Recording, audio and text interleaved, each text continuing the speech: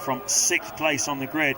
And the worst news for him is that Kimi Raikkonen, as I say, on the front row, and between them some cars that could certainly mess up Alonso's chances today. Montoya, Trulli, Webber, and obviously Heidfeld at the front as well, expected to drop behind Raikkonen as the race goes on. Alonso, Martin, has been he's elevated defensive driving to something of an art form in the last 3 Grand Prix, but today he simply has to attack, otherwise Kimi is going to take a massive chunk out of that 22-point lead he has in the World Championship. Yes, I'm sure he's fueled quite heavily for a long run into the race, and wandering around on the grid, it is everybody's talking about the same thing. Strategy, when are they all going to stop? Wide, a big difference in how they're going about their Grand Prix racing this weekend. To a certain extent driven by the fact there's just been the one qualifying session. But Sam Michael said to me at Williams, they're not really racing Raikkonen today. I think everybody expects Raikkonen to have the upper hand here, but how will his tyres wear through the race? They seem to have been fine in others, but Alonso's got a lot of problems today. He must minimise the damage, and I think that's the strategy they've gone for as he sits there. Our 2 Brits down in 12th and 13th. Coulthard with a solid run, Button 2, but no raw pace in the Red Bull car or the BAR Honda there. So a disappointing return for BAR, but again we'll have to wait and see how far Jensen gets into the race before he needs to stop for fuel. But Alonso then, he's somehow got to get past Jarno Trulli, hasn't he, early on in the Grand Prix. He cannot afford to let Raikkonen get too far into the distance, but at the same time he is much more in a pack, and the chance of tripping over somebody down in turn 1 or just being run into the back of are very high here. And the widest Renault in the world that he's been driving this last couple of Grand Prix will be no good to him here whatsoever, because turn 1 is such a wide entry. You'll be able to drive either side of him if he has tyre problems later on. So how does this guy feel right now? On pole for the first time in his Formula 1 career. Certainly not a stranger to it back in his Formula 3 days. I saw him stick the car on pole position for the prestigious Macau Grand Prix back in the mid-1990s. Won the first heat there. So he's back where he feels he belongs at the front. It's been a long time coming, as it is for all Grand Prix drivers. They win everything in the junior Formula, then disappear into the midfield of Formula 1 for sometimes forever, sometimes just for a few years before they spring up again at the front of the grid. So a special moment in front of his family and home crowd for Nick Heidfeld. Once again then, the competitiveness of Formula 1 2005 continues to impress us all. We've got 5 teams, as Jim said, 10 drivers all contesting the podium here this afternoon. Looks like Jarno Trulli has a problem there in 4th place on the grid. And where they're just clearing the grid with 12 seconds to go. They have to be gone within 15 seconds. That was touch and go. They've dropped his car down. He's now on the road. He was in the air for most of that. I think there were a couple of seconds out of the regulations there. We'll keep an eye on that. Yeah, we'll get a message from the race control about it. It seemed pretty close to 15 seconds before that green light went on, you'd have to say. Well, we haven't talked much about Ferrari in the build-up, but you can certainly count them in, I think, to the battle for the podium finishes today. Michael Schumacher maybe 10th on the grid, Rubens Barrichello 7th.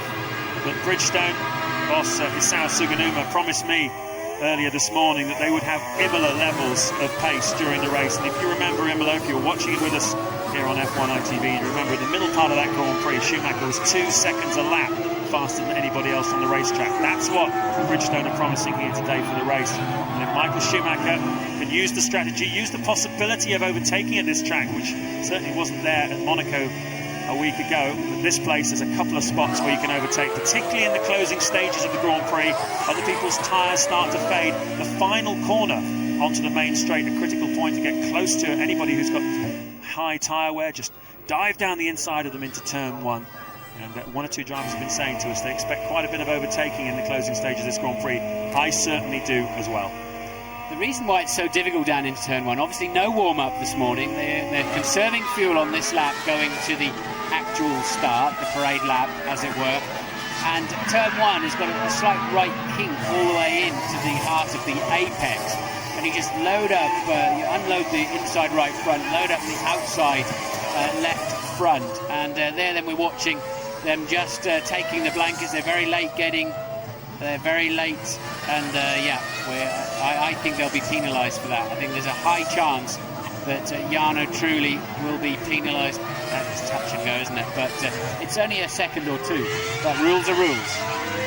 Well, it would be a shame for Jarno if it does receive a penalty for that, because he said yesterday after qualifying that's one of the best laps I've ever done in qualifying. Obviously he knows how much fuel he's got in the car. Everyone else is suggesting that Toyota's quite light, but he says it was an utterly stunning lap and quite a surprise to him that he was as far up the grid as he was. It was just absolutely cooked up, so we'll keep an eye on that situation. Well, as Jim said, the temperature just dipped a little bit. Air temperature 25 degrees, track temperature 45, but it's still been unseasonably warm for this time of year. Yesterday was the hottest May 28th for 100 years in this part of Germany, and I think it'll be to the relief of everybody that the temperatures come down just a little bit. There's Schumacher, you see, once again struggling to break into the top 10 in qualifying, once again outperformed by teammate Barrichello, but we believe they're on slightly different strategies. Possibly Barrichello carrying just a little bit less fuel than the world champion. There is Barrichello. Came into this weekend with something of a simmering feud going on with Michael Schumacher, and he actually said on Friday, from now on I won't race him as if he is my teammate, I'll race him as any other competitor. Still angry about that move on the last lap in Monte Carlo. Don't understand why, but another factor, James, they haven't had the second qualifying, so the tyres have done 3 laps less, which is 5% of the Grand Prix distance. It's not insignificant. The heat haze there. Cars on the grid for best part of 40 seconds if you're on the front row, and they're just boiling up. It's a critical time for a Formula One car. Well, you know the drill by now. When the 5 lights go off, we'll be racing 60 laps at the Nürburgring. Nick Heidfeld on pole, and the race. Got a yellow flag down the side. There's a hand up in the air.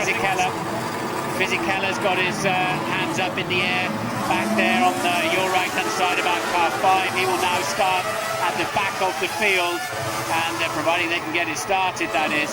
And so if it was critical before for temperature, try this for a second chance. Track temperature out there is 45 Celsius, and remember the cars have no fans or thermostats of any kind. They're only cooled when they pass through the air, and this is a very difficult time mechanically for the cars. Of course, new rule for this year, when we have this kind of situation, as they try and get Fisichella's car into some sort of neutral, doesn't seem to want to oblige, but the field goes round again and forms up for another grid. It's just to get things going a little bit more quickly. In the past we had aborted start and then a whole grid procedure again, starting back 5 minutes, but now we just do an extra formation lap and then get this race going, but they need to get that car moving.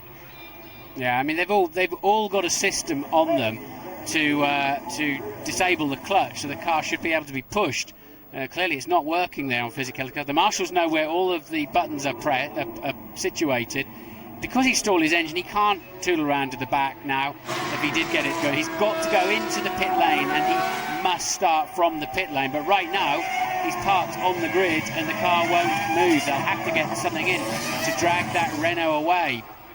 Frustrating thing is that just to the left of your screens, about 20 yards, is the break in the fence they need to push the car through. It's as simple as that. It's a small distance, perhaps 4 Grand Prix car lengths. Now a mechanic is running out with a trolley jack, getting permission from trying to get him out. There's Charlie Whiting, the race director. He wants the mechanics to run onto the grid, get that car out of the way.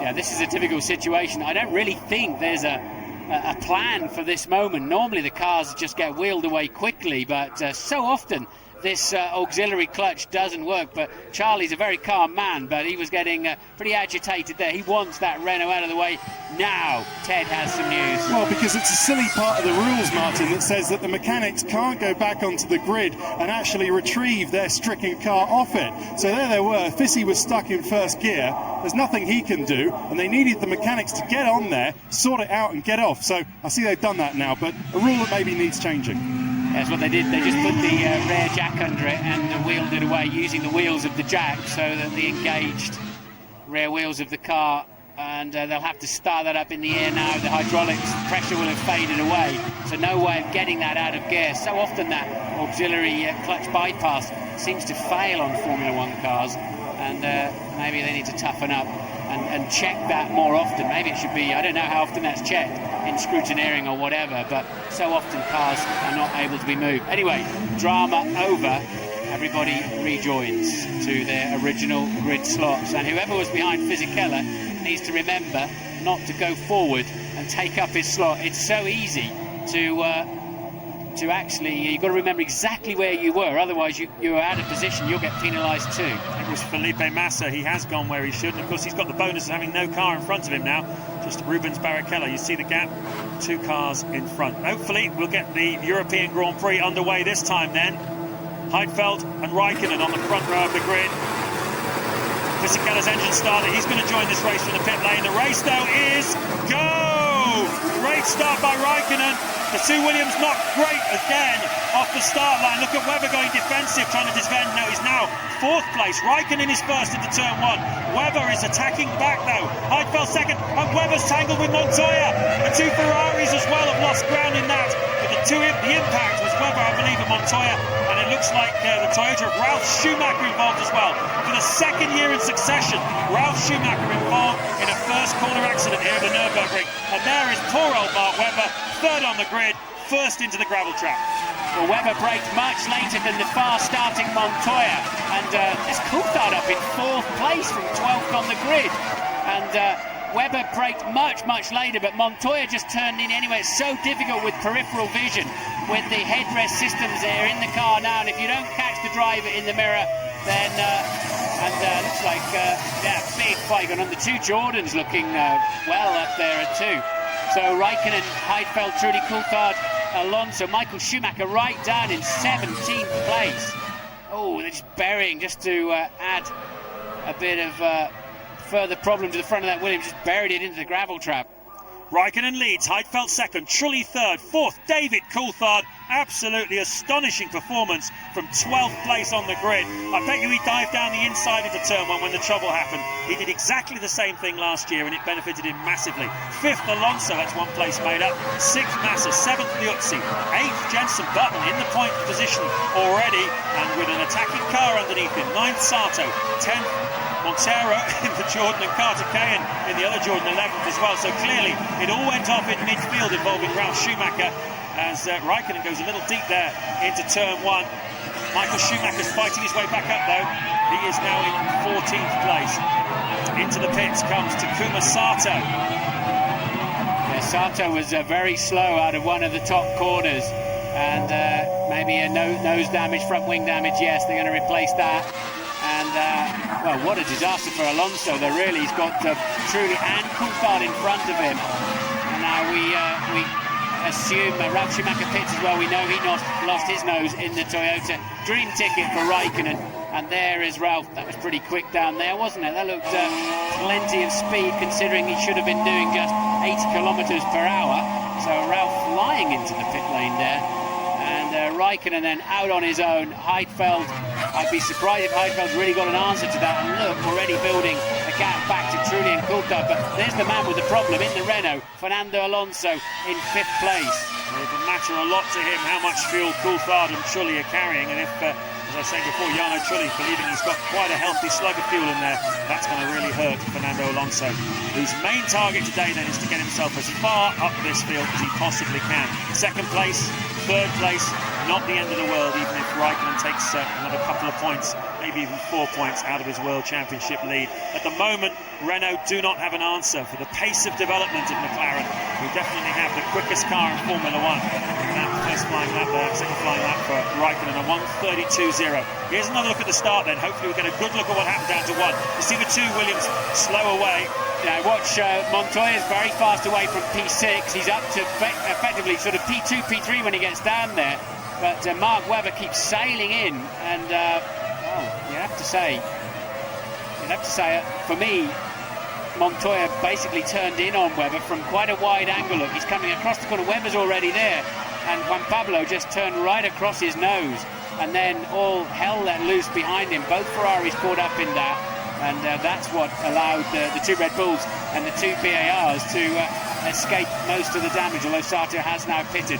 This on board then from Fernando Alonso. There's the slow starting Webber on your right.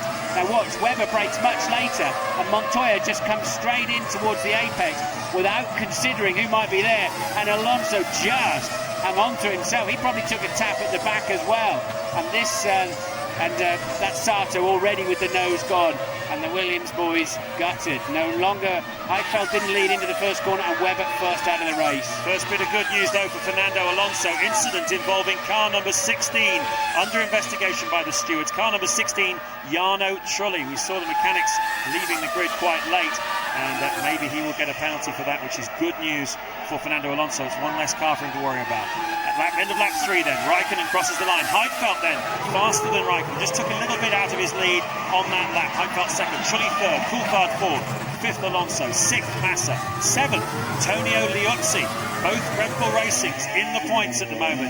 8th Jenson Button, 9th Rubens Barrichello, 10th Montoya, still going out there. Obviously not too much damage to his car from that collision with Mark Webber, which the same could be said for Webber's car. 11th Michael Schumacher, looking very racy at the moment, trying to fight his way through the field. He's 4 seconds though behind Montoya. That is going to be a battle worth watching. Remember those two here, down into this hairpin a few years ago? Montoya passing Michael Schumacher. That was great sport. Hopefully we'll see some more of that soon. There's confirmation of that message from the race control. Pretty amazing that Montoya's still in the race, really, isn't it? Especially when you see this one more time. There's Mark Webber breaking. Now from that angle, Mark's locked up. Mark can't slow down, but you still have to say he was at least halfway alongside. But Montoya had to turn in to a certain extent, but he needed to make some allowance for being out-braked in there. Oh, and there's you can see why Ralf Schumacher needed new nose. He was up in the air at one point, and there's Michael Schumacher being hung out to dry right around the outside. Montoya spins then, goes up in the air, but he's now running P10 and lapping, other than the two leaders, lapping faster than anybody else. We saw Ralf Schumacher as well just before that. A separate incident, seemed to have a little bit of a bump with Rubens Barrichello, so an eventful first corner for Ralf Schumacher. There you can see the top 8, and once again the first corner at the Nürburgring catches them out. But what about David Coulthard? Didn't really expect too much from this Grand Prix. Red Bull Racing not really keeping pace in the development stakes with the other teams, but at the moment it's a bit like the early part of the season all over again for them. Both cars currently in points paying positions.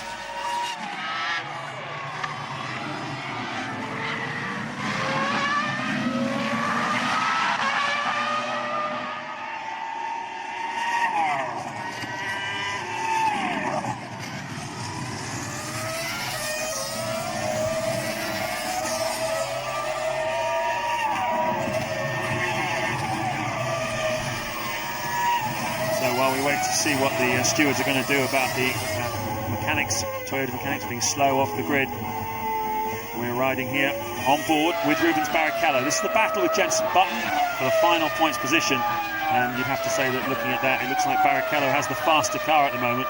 He can pass around this racetrack. I think Rubens is about to prove that. But Jenson being defensive, as he has to be. Button is losing now quite a lot of time now. Now he is having to drive defensively, but Liuzzi's pulling away from him in front in the second of the Red Bulls in P7. Heidfeld posts a new fastest lap of the race, nowhere near a record. The record is 1:29.4. He's done a 1:31.2. The track is very, very hot today and probably not that grippy. And we're seeing a lot of drivers struggling to get into the apexes, hovering around, waiting to get back on the power, and Barrichello shaping up for a run down the inside into turn 1, and Button really doesn't have anywhere to go or an answer for that. He's going to cut back inside, but surely Rubens has now the racing line for turn 2, and can he go all the way around the outside there? He'll still be in the wrong line when it comes to turn 3, but he will not give up, and he may lose out another spot there to Montoya if he's not careful. So Jenson just about keeping Montoya at bay. I don't think he was ever going to get round the outside of those two corners and maintain position. Amazing driving, just shows you why they designed that corner the way they did. You keep on the outside, you've got a chance in the corner. Here's Montoya though, he's got great drive.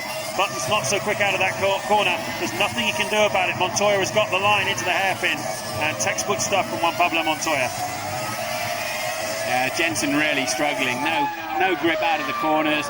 On the defensive, Montoya with better straight line speed and easily the line then into the Dunlop hairpin. I'm still amazed that Montoya's car is not damaged in some way. I know, it was quite a big knock, wasn't it, with Mark Webber's.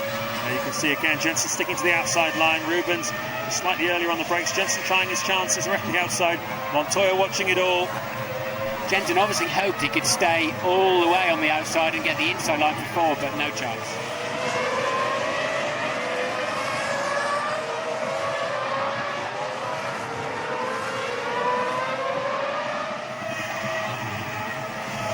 Lap 7 of the European Grand Prix. Kimi Räikkönen leading, Heidfeld second, Trulli third, Coulthard fourth, Alonso fifth, Massa sixth, Liuzzi seventh, and Barrichello eighth. Just caught the tail end of a picture of Juan Montoya going past Jenson Button. Jenson Button having a difficult lap here. Rubens Barrichello diving down the outside of him. Yeah, this is turn 1. Jenson tries to hang it out all the way around the outside of 2, and then on the outside into 3, all the time risking himself really with Montoya just behind. I think he hoped he could stay there and have the inside line for turn 4, but not a lot of chance of that. And now Montoya is all over the back of him, and they'll go down to the forward chicane. And Jenson again tucking in very early. The tyres will be dirty by now. He's on the wrong line basically, having to be so defensive. Montoya with better drive, better line off the, and unfortunately we've missed the part there where down into the hairpin Montoya just simply, as the racing line breaks later and better, and takes that place. So Button down to P10 now. Coulthard still up there in 4th and very much hanging on to Jarno Trulli in 3rd. And Alonso is not exactly catching the Red Bull, isn't he? More fuel on board, I suspect. Absolutely. Drive-through penalty then for Jarno Trulli. Car 16. Team personnel still on the grid at the 15-second signal. There you can see it for yourself. That's this car here. Jarno Trulli currently in 3rd place at the moment, and a drive-through penalty is going to drop him down to something like 12th or 13th place. So it's a big pain for him because the mechanics were still on the grid after the 15-second cut-off time. It's a safety measure, that. Obviously, they don't want mechanics still being on the grid. Many years ago, back in the early 80s, one of the mechanics was killed when he was working on the back of a car, and they basically sent him off on the formation lap, and the driver behind didn't realise and squashed him. And so that's since then, obviously, the last thing you want is any mechanics or human beings on the racetrack, just cars with drivers in them. So that's bad news for Trulli. But what about Giancarlo Fisichella, fastest man on the racetrack? He is now up into 12th place, having started from the pit lane. He's now catching Michael Schumacher and Jenson Button very quickly indeed. That's going to be a 3-way battle very soon indeed for 10th place. 19 runners, the only man amazingly out of the race after that first corner tangle involving surely 8 cars out of the 20 starters. The only man unable to continue was Mark Webber, who was involved in the incident. And it depends which angle you watch that from as to whether whose fault you think that one was. He needs watching through a few more times, but certainly Webber braking later than Montoya. Montoya not realising that, he just turned into the first corner apex. But this then is Barrichello and Liuzzi. Liuzzi's gone to the middle of the road to make Barrichello go the long way and no way round. And there's sensible driving there from Antonio Liuzzi, but he's too slow on the exit into Coca-Cola, and Barrichello has the line, and he will now disappear into the distance as Heidfeld does a new fastest lap of the race. That's Trulli having his drive-through penalty, cannot stop for fuel, they cannot change the tyres anyway, and disaster from him. He was in 3rd place, that elevates Coulthard up to 3rd, Alonso 4th now then. But Heidfeld's pegging Raikkonen's gap down to 2.1 seconds up at the front, but we haven't got time to look at it. There's so much going on in the midfield. So it looks like Trulli came out in 9th place then, behind Juan Montoya, but in front of the Button Michael Schumacher and soon to be Fisichella scrap as well. Certainly all going off here at the Nürburgring in the early stages. 59 laps, 1 lap less than originally scheduled because we had an aborted start. Giancarlo Fisichella stalling on the parade lap. We're riding on board with Jacques Villeneuve, 15th at the moment, trying to race against the 2 Jordans in front of him. The Jordans have been struggling really all weekend. They were the winners really of the problem into the first corner, got themselves right up through the field. They've been passed since then by Button, Michael Schumacher, Fisichella and the rest, but Montero and Carter Cahan here in front of Jacques Villeneuve, who does at the moment have an answer for them. I tell you, the track is so slippery. Watching Jacques having to wait so long to get the nose of that car into the Dunlop hairpin at the bottom of the circuit. He's lapping in the 1 minute 34 as Raikkonen just responded to Heidfeld's pace with a 1:30.9, the gap up to 2.3 seconds. and you got Coulthard and Alonso both in the 132s. Massa going well in 5th, also in the 132s. Barrichello now flying. He's as fast as the leaders. Now he's got past Liuzzi. Rubens Barrichello. That's good pace. Good race pace from the Ferrari. Michael Schumacher can't show that. He's tucked up behind Jenson Button. Yeah, Button's not all that quick at the moment either. High 1 minute 33s for him, which is restricting Michael Schumacher to the same sort of pace. And that is a couple of seconds slower than his teammate Rubens Barrichello is managing. So Michael Schumacher's race strategy compromised by turn 1, having to avoid the accident involving his brother Mark Webber and Juan Montoya. Had to drive around that, dropped him down to 17th place. He's fought his way back up to 11th behind Jenson Button, but he's now 30 seconds behind race leader Kimi Räikkönen. So we saw Mark Webber eliminated from the race at the start, and he's now talking with Lewis Goodman. Mark, have you calmed down yet? Oh, it's just disappointing. I think, getting away hasn't been our strength, and both Nick and I obviously were on the back foot down to the first corner a little bit, but there's no excuse really to clip Juan Pablo. I was trying to defend against Jarno, which was very important. We stayed ahead of him, and just couldn't quite get it turned in at the apex, so that was a shame. We're on a good strategy today, actually, very different to Nick, so yeah, it's a shame. So do you think that Juan Pablo turned in on you, or do you feel that you just weren't able to stop quick enough? It's not up to Juan Pablo to give me room at that stage. I think he was, he for sure turned in, but he's got to go around the corner, so if I managed to get in a little bit earlier, but it was just enough. If I maybe rubbed his side pod, it would have been better, but wheel to wheel, there's too much damage. Bye-bye.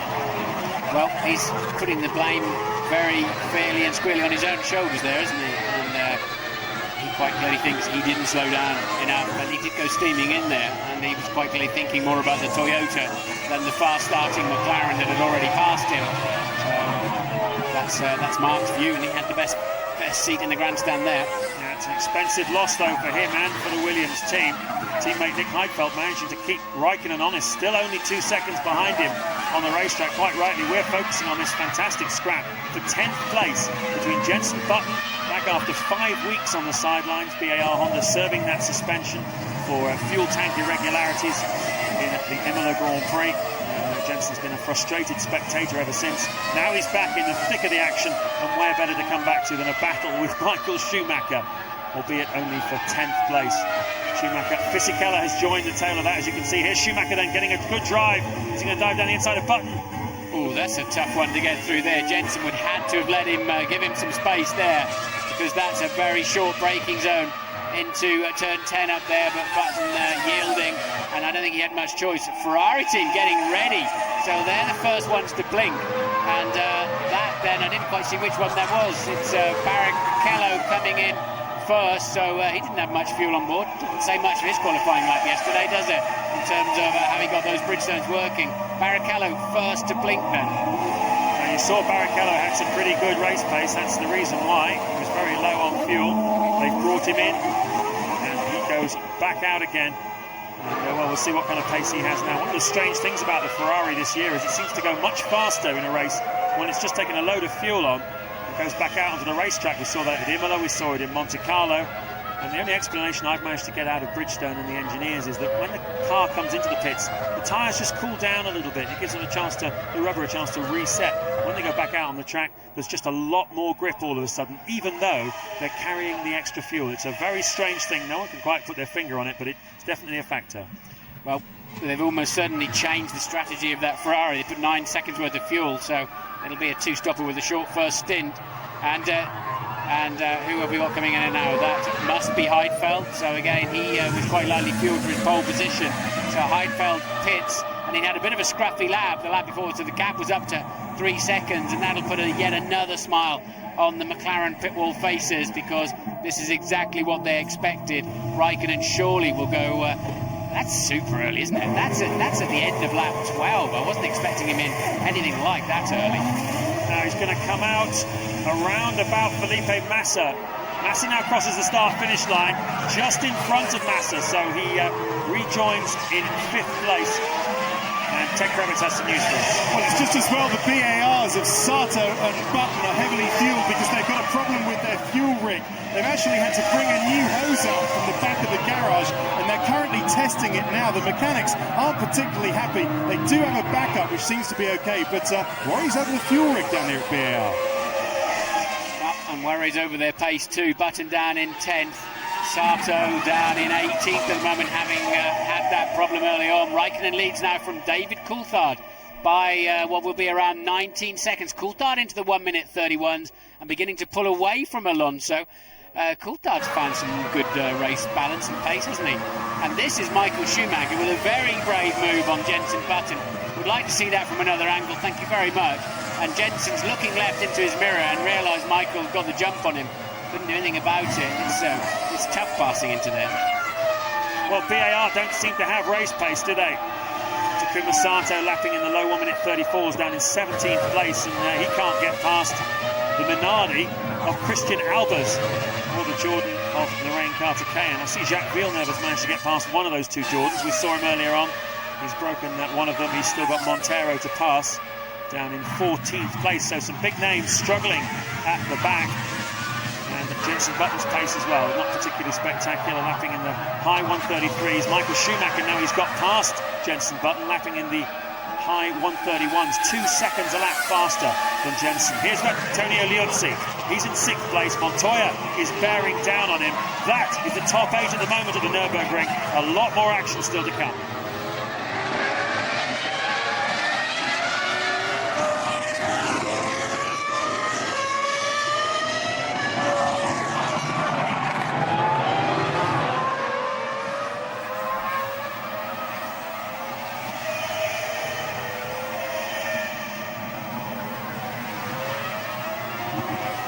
Once again is Rubens Barrichello, just getting a little bit of a slide on into one. That's what happened to him yesterday on his qualifying lap.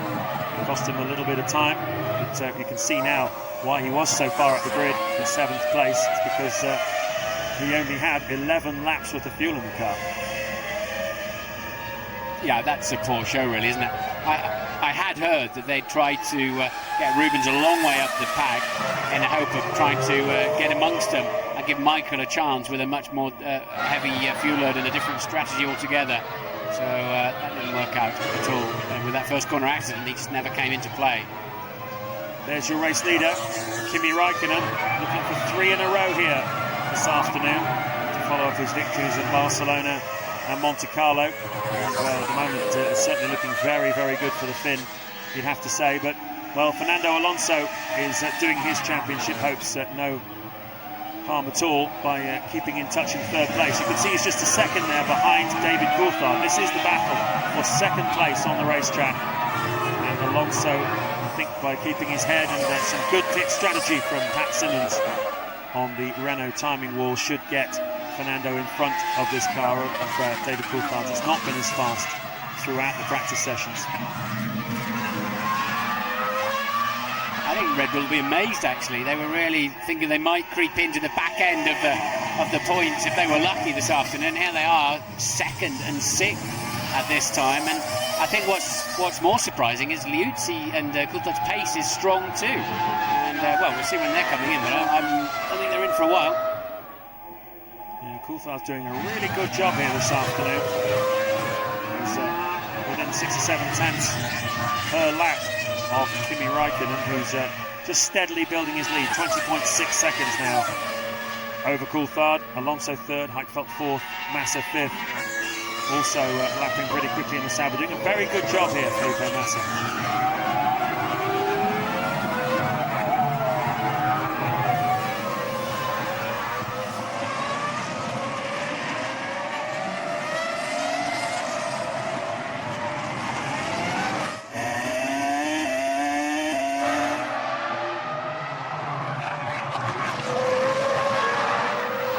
Lap 16 of 59 here at the Nürburgring, the European Grand Prix. We're riding on board with Juan Pablo Montoya. His McLaren teammate Kimi Raikkonen is comfortably leading this Grand Prix by 20 seconds from David Coulthard. And Coulthard's teammate here, Antonio Liuzzi, is the man in the sights of Juan Montoya. Montoya involved in a controversial collision in the first corner with Mark Webber, which certainly hurt the race chances of Michael Schumacher and of Ralf Schumacher. Both both of them still in the race. Michael Schumacher 9th, Ralf Schumacher down in 18th place. Montoya got away with it scot-free, as he did in Monaco last weekend. And he's certainly got a much faster car than this Red Bull Racing. And where's he going to make his move? Liuzzi doing well, driving nicely, P6. He's got a pretty electric style on the way into the braking zone. I think that's probably, you've got Montoya sitting there wondering what's going on. I mean, Liuzzi just launched it into turn 1 and managed to slow it down nicely. The Red Bull car braking well, very well, not locking its wheels. So Coulthard running very strongly up in P2. I bet Raikkonen didn't expect to see a distance to Coulthard when he was leading this Grand Prix. Coulthard started 12th, and both Red Bulls were pretty handily placed through that first corner incident.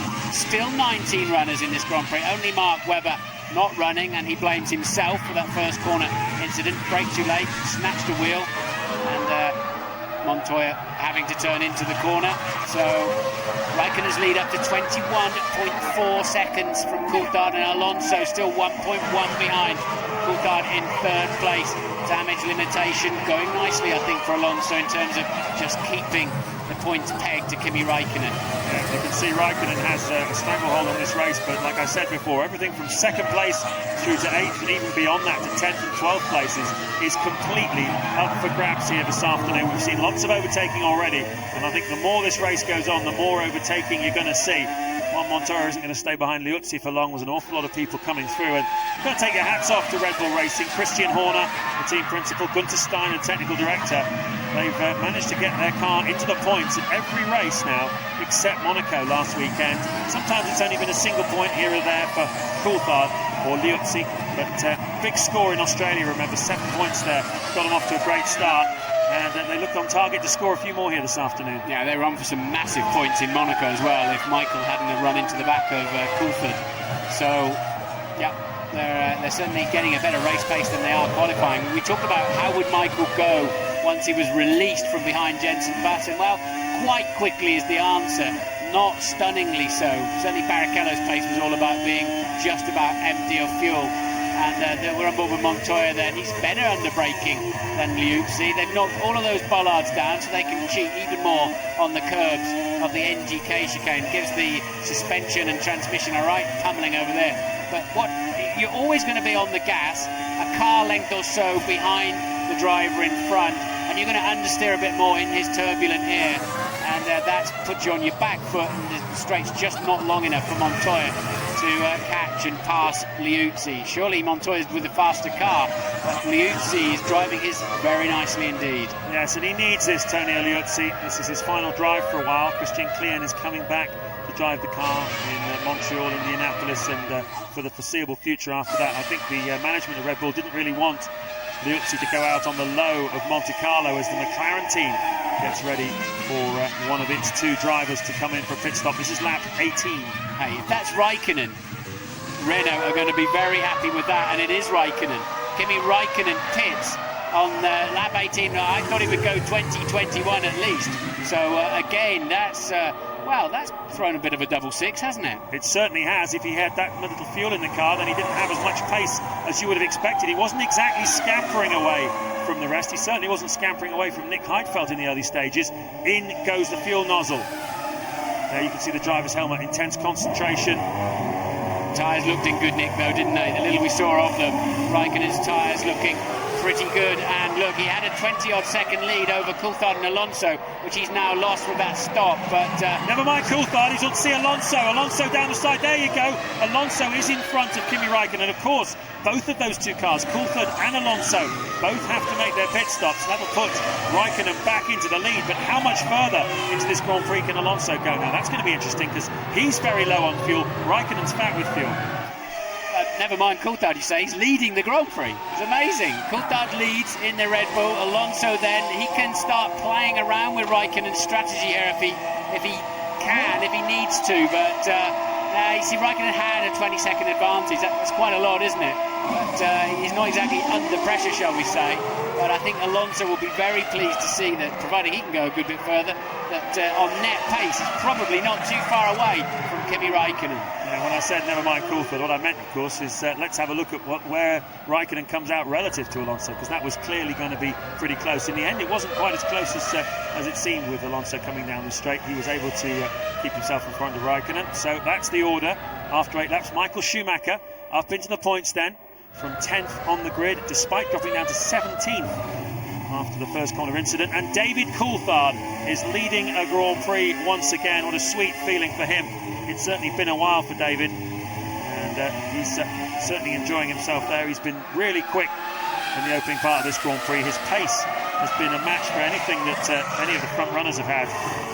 And you can see that McLaren are out in the pit lane, obviously for Juan Montoya. David Coulthard. And Liuzzi pits at the same time. Montoya goes, I don't believe it. He's been following him around, and it seemed like he might have a chance to leapfrog Liuzzi. Liuzzi giving it plenty of space up to the speed line. He was a touch too cautious there, almost caught Montoya out. So now it's a race between the mechanics, and Red Bull versus McLaren. Otherwise, Montoya's got another sector of this race to follow the Red Bull car, and it's going to be really, really tight. And Montoya's away. Surely he's going to just make it out. He does. Or does he? Yes, he passes Liuzzi in the pit lane. Yeah, good work by the McLaren mechanics. Montoya makes up a place. You saw Massa making a pit stop at the same time. Fair bit of fuel going into Montoya's car, but they still managed to turn him around more quickly than Red Bull Racing could turn around Liuzzi. That's frustrating for the driver, through no fault of his own, to have dropped behind and lost the place after some great defensive driving. But well, he doesn't like those new tyres. We're riding on board with David Coulthard. Last time he won a Grand Prix was at the beginning of the 2003 season, if you remember, in Australia with McLaren Mercedes, and that was his last win of the 13 in his career. He's diving into the pits, so that little beautiful moment is over. But nevertheless, Red Bull Racing have led Grand Prix laps now. That's another little milestone for them in their first season in Formula One since they took over this team from Jaguar Racing. And Coulthard being held up on the entrance to the pits too, which may just play into Alonso's hands. Alonso has to get the pedal down now. This is his chance to lead Coulthard, and then just checking the radiator ducts, pulling any rubbish out of there, bits of old tyre and any paper that's come in from the crowd. Michael Schumacher pits from what was 5th place. And yeah, they're just getting into and Coulthard just makes that pass on the way out of the pit lane, and that was crucial to give himself a chance with Alonso. There comes Button and Fisichella. So good news for Coulthard. He's made his pit stop and stayed ahead of those two. Yes, he's come out in 6th place, David Coulthard. So what a strong opening to the Grand Prix for him. Michael Schumacher, that's Felipe Massa in 9th place going through, and that means that Michael Schumacher, well, he was obviously in front of Massa before the stop, so that's 9th place for Michael Schumacher that he rejoins in. Massa up into 8th place after, with 39 of the 59 laps still to go here, and it's been action all the way, with pit stops, incidents, accidents and overtaking, and a very, very long way to go. As you can see, those are the people who haven't stopped then. Alonso, Button, Fisichella, they did a good job in qualifying to get themselves as far up the grid as they did. And what about Ferrari's strategy? Totally split strategy then. Barrichello pitting on lap 11, Michael Schumacher on lap 21. 10 laps difference in the fuel. What I want to see is this guy's rear tyres, and they look okay at the moment. We've seen him really struggle in Imola and Monte Carlo for rear tyre degradation and wear. But you have to say, from what you can see of them, they look okay. He's pulling a 1 minute 31.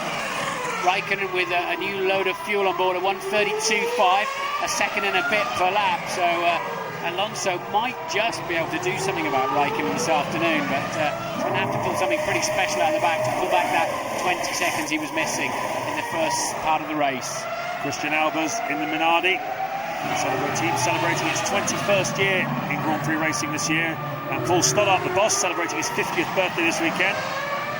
There you can see Jenson Button fighting off the attentions of Giancarlo Fisichella. This is the battle for 5th place on the racetrack, and Louise Goodman is talking to Red Bull Racing boss Christian Horner.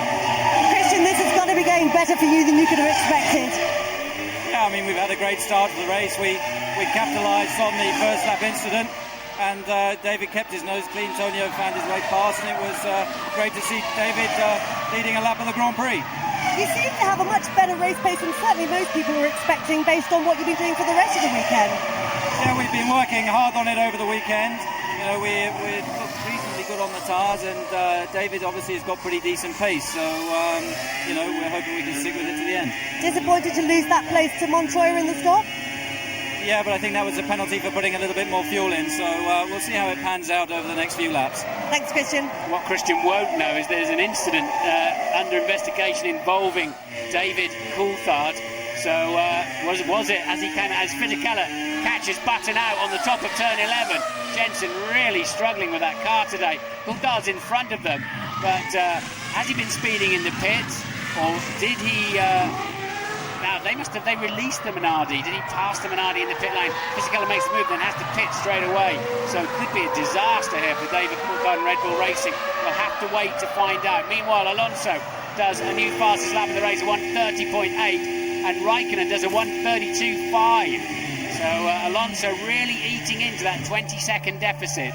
Yeah, he's taken 7.5 seconds out of it already. You need 20 seconds to make a pit stop here and rejoin it from the manual racing. He only has 7 at the moment, but it means he's cut a big chunk out of the margin. And today's race really is all about cutting chunks out of margins. Raikkonen wants to take a big chunk out of Alonso's championship, but it doesn't look like it's going to happen at the moment. Drive-through penalty. Oh no, for David Coulthard. David, where was the button when you needed it to control the speed? Oh no. And well, any chance of points is starting to evaporate now for Coulthard. Add 20 seconds to his time at the moment, and you drop down to 11th place. He's currently in 4th. That is one costly mistake. Disaster, and it certainly wasn't on the way in, was it? It must have been on the way out as he was trying to jump that Minardi. So Coulthard then's either released the button too early or maybe a technical fault as Alonso pits then at the end of lap 22. Ted? Yeah, that was a good qualifying by him, wasn't it? Let's see how he likes the car. The Renault boys stop. Yes, they are adjusting the rear tyre pressures. Just a small adjustment. So maybe he's not happy with the balance, or maybe it's oversteer or traction, more likely. That's a long stop, isn't it, by Renault? That's 9.6. Fisichella even longer, 10.7 I think it was.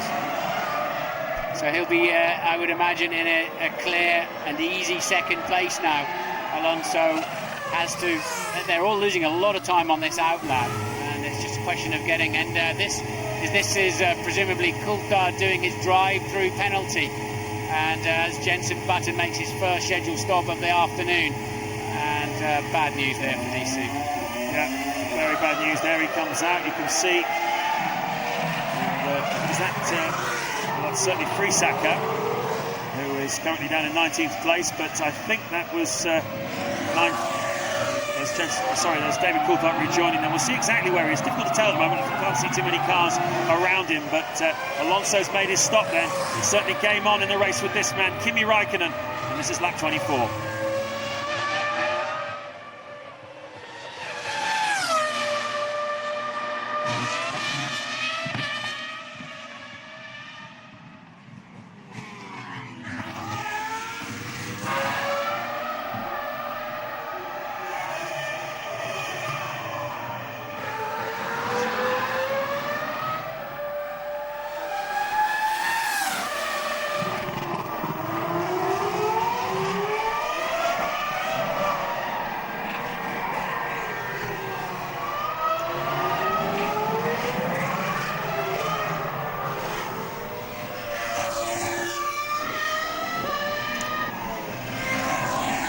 There you can see Nick Heidfeld. We haven't talked about him much recently, have we? He was the pole sitter. He was running second, and well, after the first round of pit stops, he's still running second. And he's going to make 2 more stops here this afternoon than everybody else. So he's going to have to get on with it a little bit. At the moment, he's lapping the same sort of pace as Kimi Raikkonen, which, given that he's going to have to make another stop in the next 3 or 4 laps' time, is not really all that clever, because Raikkonen is fat with fuel at this point in the Grand Prix.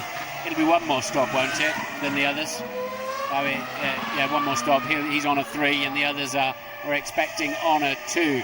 A long way to go in this Grand Prix. We're nowhere near half distance yet. Full of action, and Alonso certainly doing a good job. Villeneuve in. He's been struggling behind the Jordans, released when they came in for a pit stop. He went a very, very long way into the Grand Prix, didn't he? They've been on lap 25. So we've had a range from lap 12 to lap 25, it seems, in terms of the strategies this afternoon. Yeah, it's not done him much good though, has it? His teammate is currently in 6th place, having made just one stop here this afternoon earlier on. There you can see Juan Montoya. He is down in 8th place at the moment. Michael Schumacher passed him in the pit stops. We didn't see it, but that's how he did it. And now Schumacher bearing down on his former teammate, Felipe Massa, formerly a Ferrari test driver. And how compliant will he be when he sees the world champion bearing down on him? Well, it's a back of the position, so hopefully not too compliant.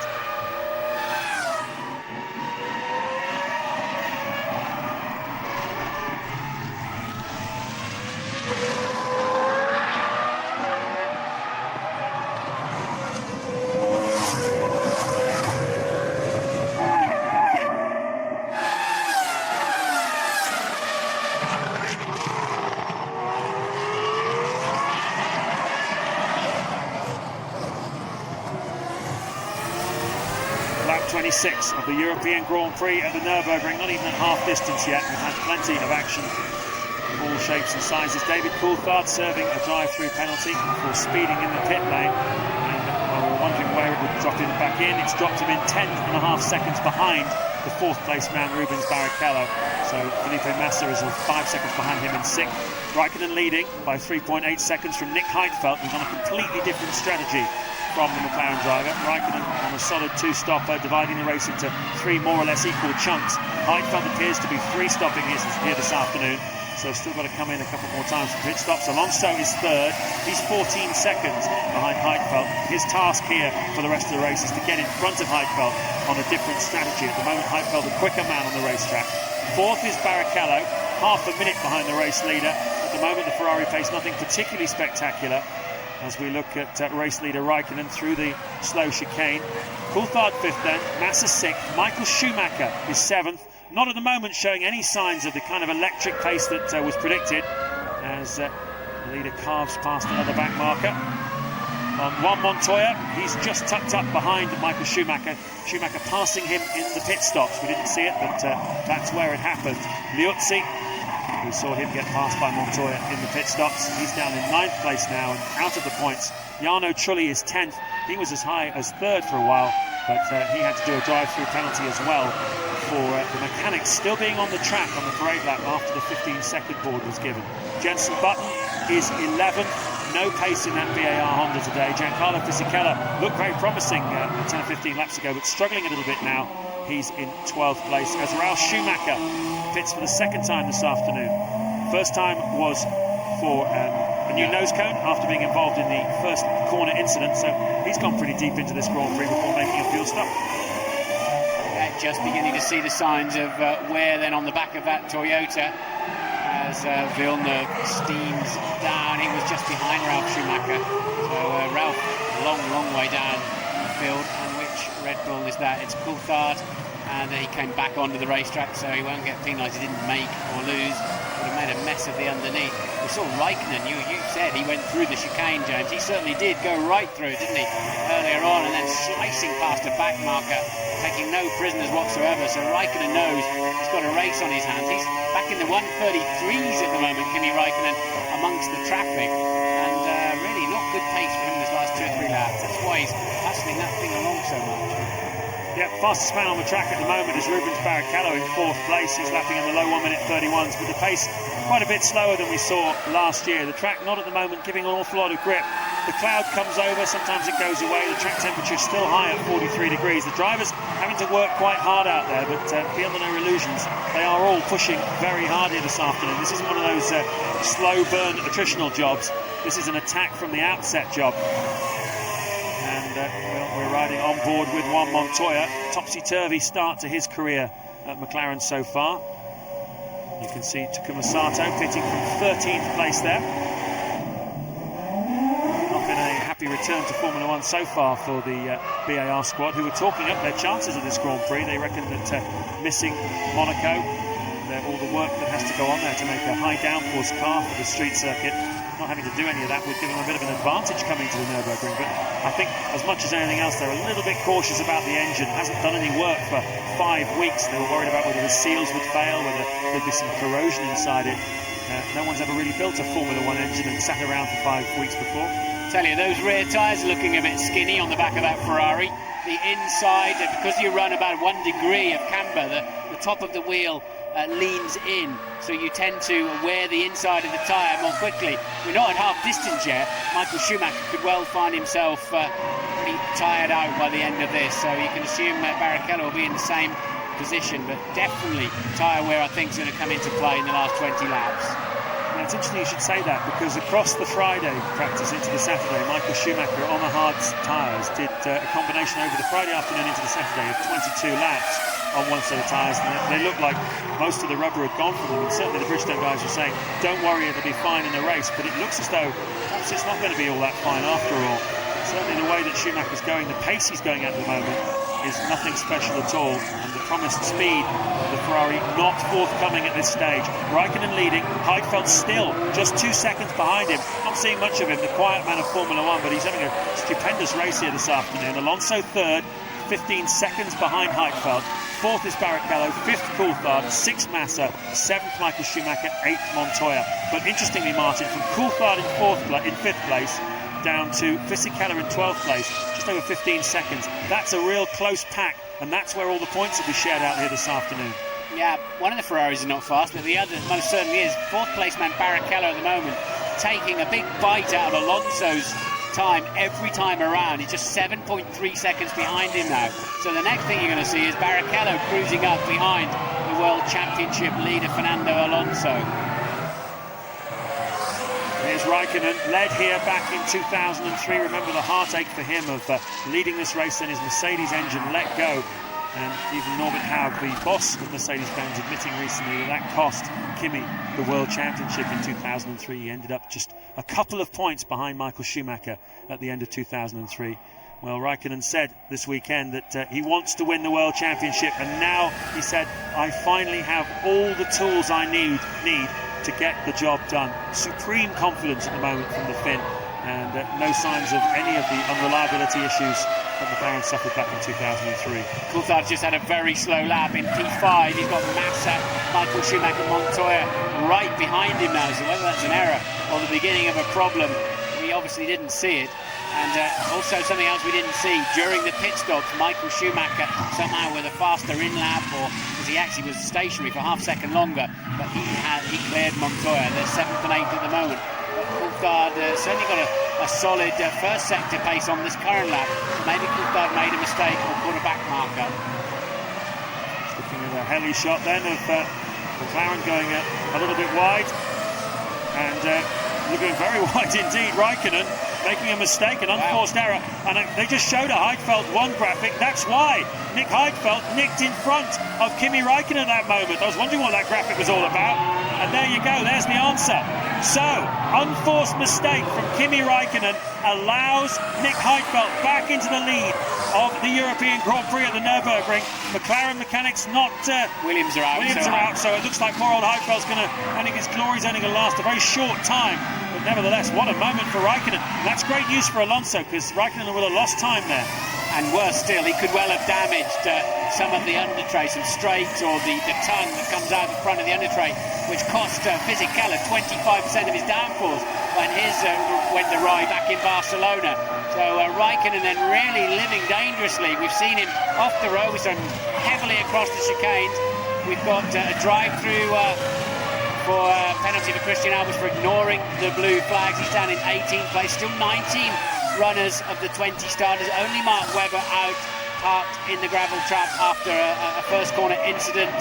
So let's have a look at the gaps now then. Alonso is going to be something around 10 or 11 seconds, I would guess, behind Kimi Raikkonen. There's Heidfeld pitting from the lead.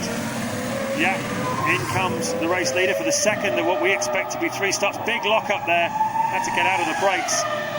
Ted Kravitz. No good locking them up. Ted, sorry. But there was no emotion on the faces of the McLaren mechanics. They know they've got Heidfeld covered. Let's see if Williams decide to switch Heidfeld's strategy, though. if it's 6 or 7 seconds he's remaining on the 3, or if he's got what is it, 8.1. Oh, that's interesting. Does he have to stop again on that one, Martin? Oh, for sure he does. Yeah, the nozzle came out at just over 6 seconds. No question at all. He's sticking to the 3-stop strategy. 28 laps to go here this afternoon. It's almost half distance. He'd have to have been the nozzle on for about 9 seconds plus to have taken enough fuel to go to the finish. Yeah, and will he regret that big lockup, the unnecessary lockup on the speed line there, the flat patch? It's tending to, the driver loses visibility, shakes the car to pieces. And the more you hear the drivers talking about this one tyre for the entire Grand Prix, if they've got a flat spot, it's giving them horrendous problems later on, where they cannot focus at top speed.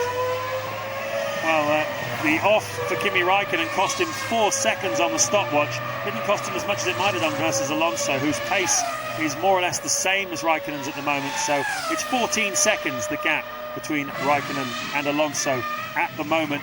And that's going to take some serious making up by Fernando. He may well feel that second place is going to be good enough, Raikkonen just taking a couple of points out of him once again. He's got a 22-point lead, and with the new point system in Formula One that came in a few years ago, it does take a long time to catch up. Here, another look. What happened here to Kimi Raikkonen? He just got a bit of oversteer in the early part of the forward chicane, kept it straight, crossed the curve that rips the floor apart, and managed to just creep back on the outside of the track there.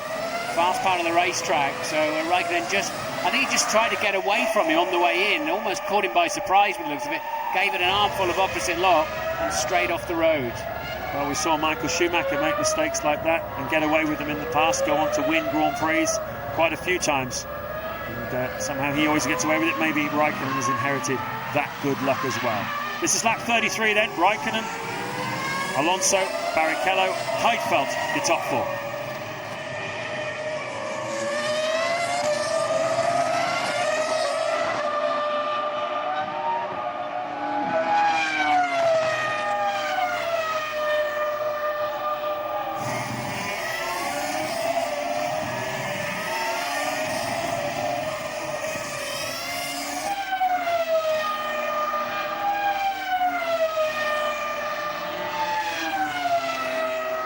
So, Raikkonen leading Alonso, 15 seconds, Barrichello 3rd, Heidfeld 4th, Coulthard 5th, Massa 6th, 7th, Michael Schumacher 8th, Juan Montoya.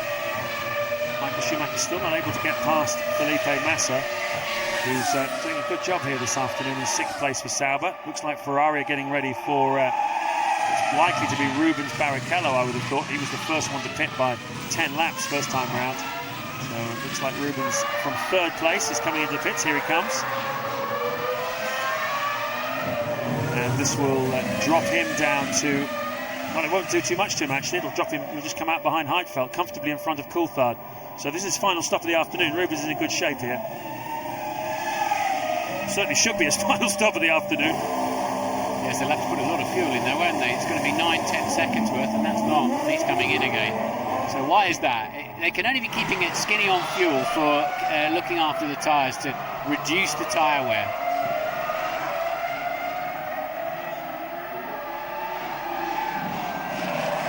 You can see David Coulthard coming down the pit straight with Massa and Michael Schumacher tucked up behind him.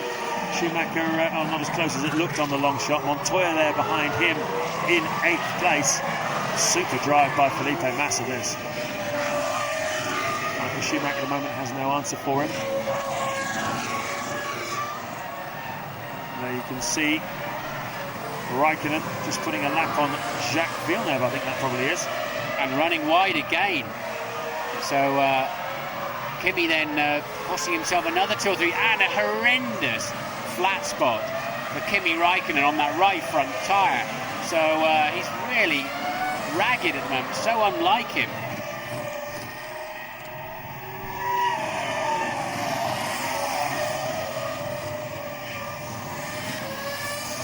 And that's Montoya as well having some problems. Absolutely. So unusual that. They're obviously losing front grip because that's when you start, when you lose bite on the front tyres, when they start locking up more easily.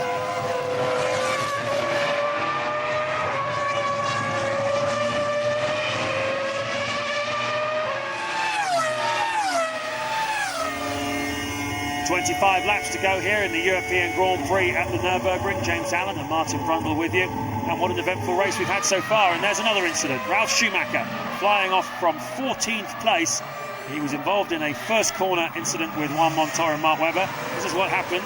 He's not the first person to make a mistake in that corner. Kimi Raikkonen's done it. And this one, though, Raikkonen got away with his. Ralf Schumacher does not. Yeah, running wide, got clumsy on the curb. I think tried to stay on it. Yellow flags are out, so no overtaking down there at the moment. No risk of a safety car, in my view, on this one. Although I hate to see those vehicles on the racetrack. I nearly died against one of those back in '94. It's a shocking thing to see when you're basically sitting on the ground and looking up at something like that. Now, Kimi Raikkonen lapping Jacques Villeneuve has a horrendous lock-up with that right front. It'll be looking like a 50-pence piece now, and shaking his eyeballs, and also costing himself another couple of seconds, and he's got to repass Villeneuve again. So Raikkonen getting horribly ragged. Well, that's the second thing that's gone wrong then for Kimi Raikkonen. An incident at the Ford curve. Now this as well. It's interesting. Is that a problem with the brakes for the McLaren, or the tyres just not front tyres just not holding on the way he wanted? He's certainly not because he's pushing too hard, that's for sure. Because the lap times at the moment in the 132s not particularly fast, and that's interesting. Very interesting indeed.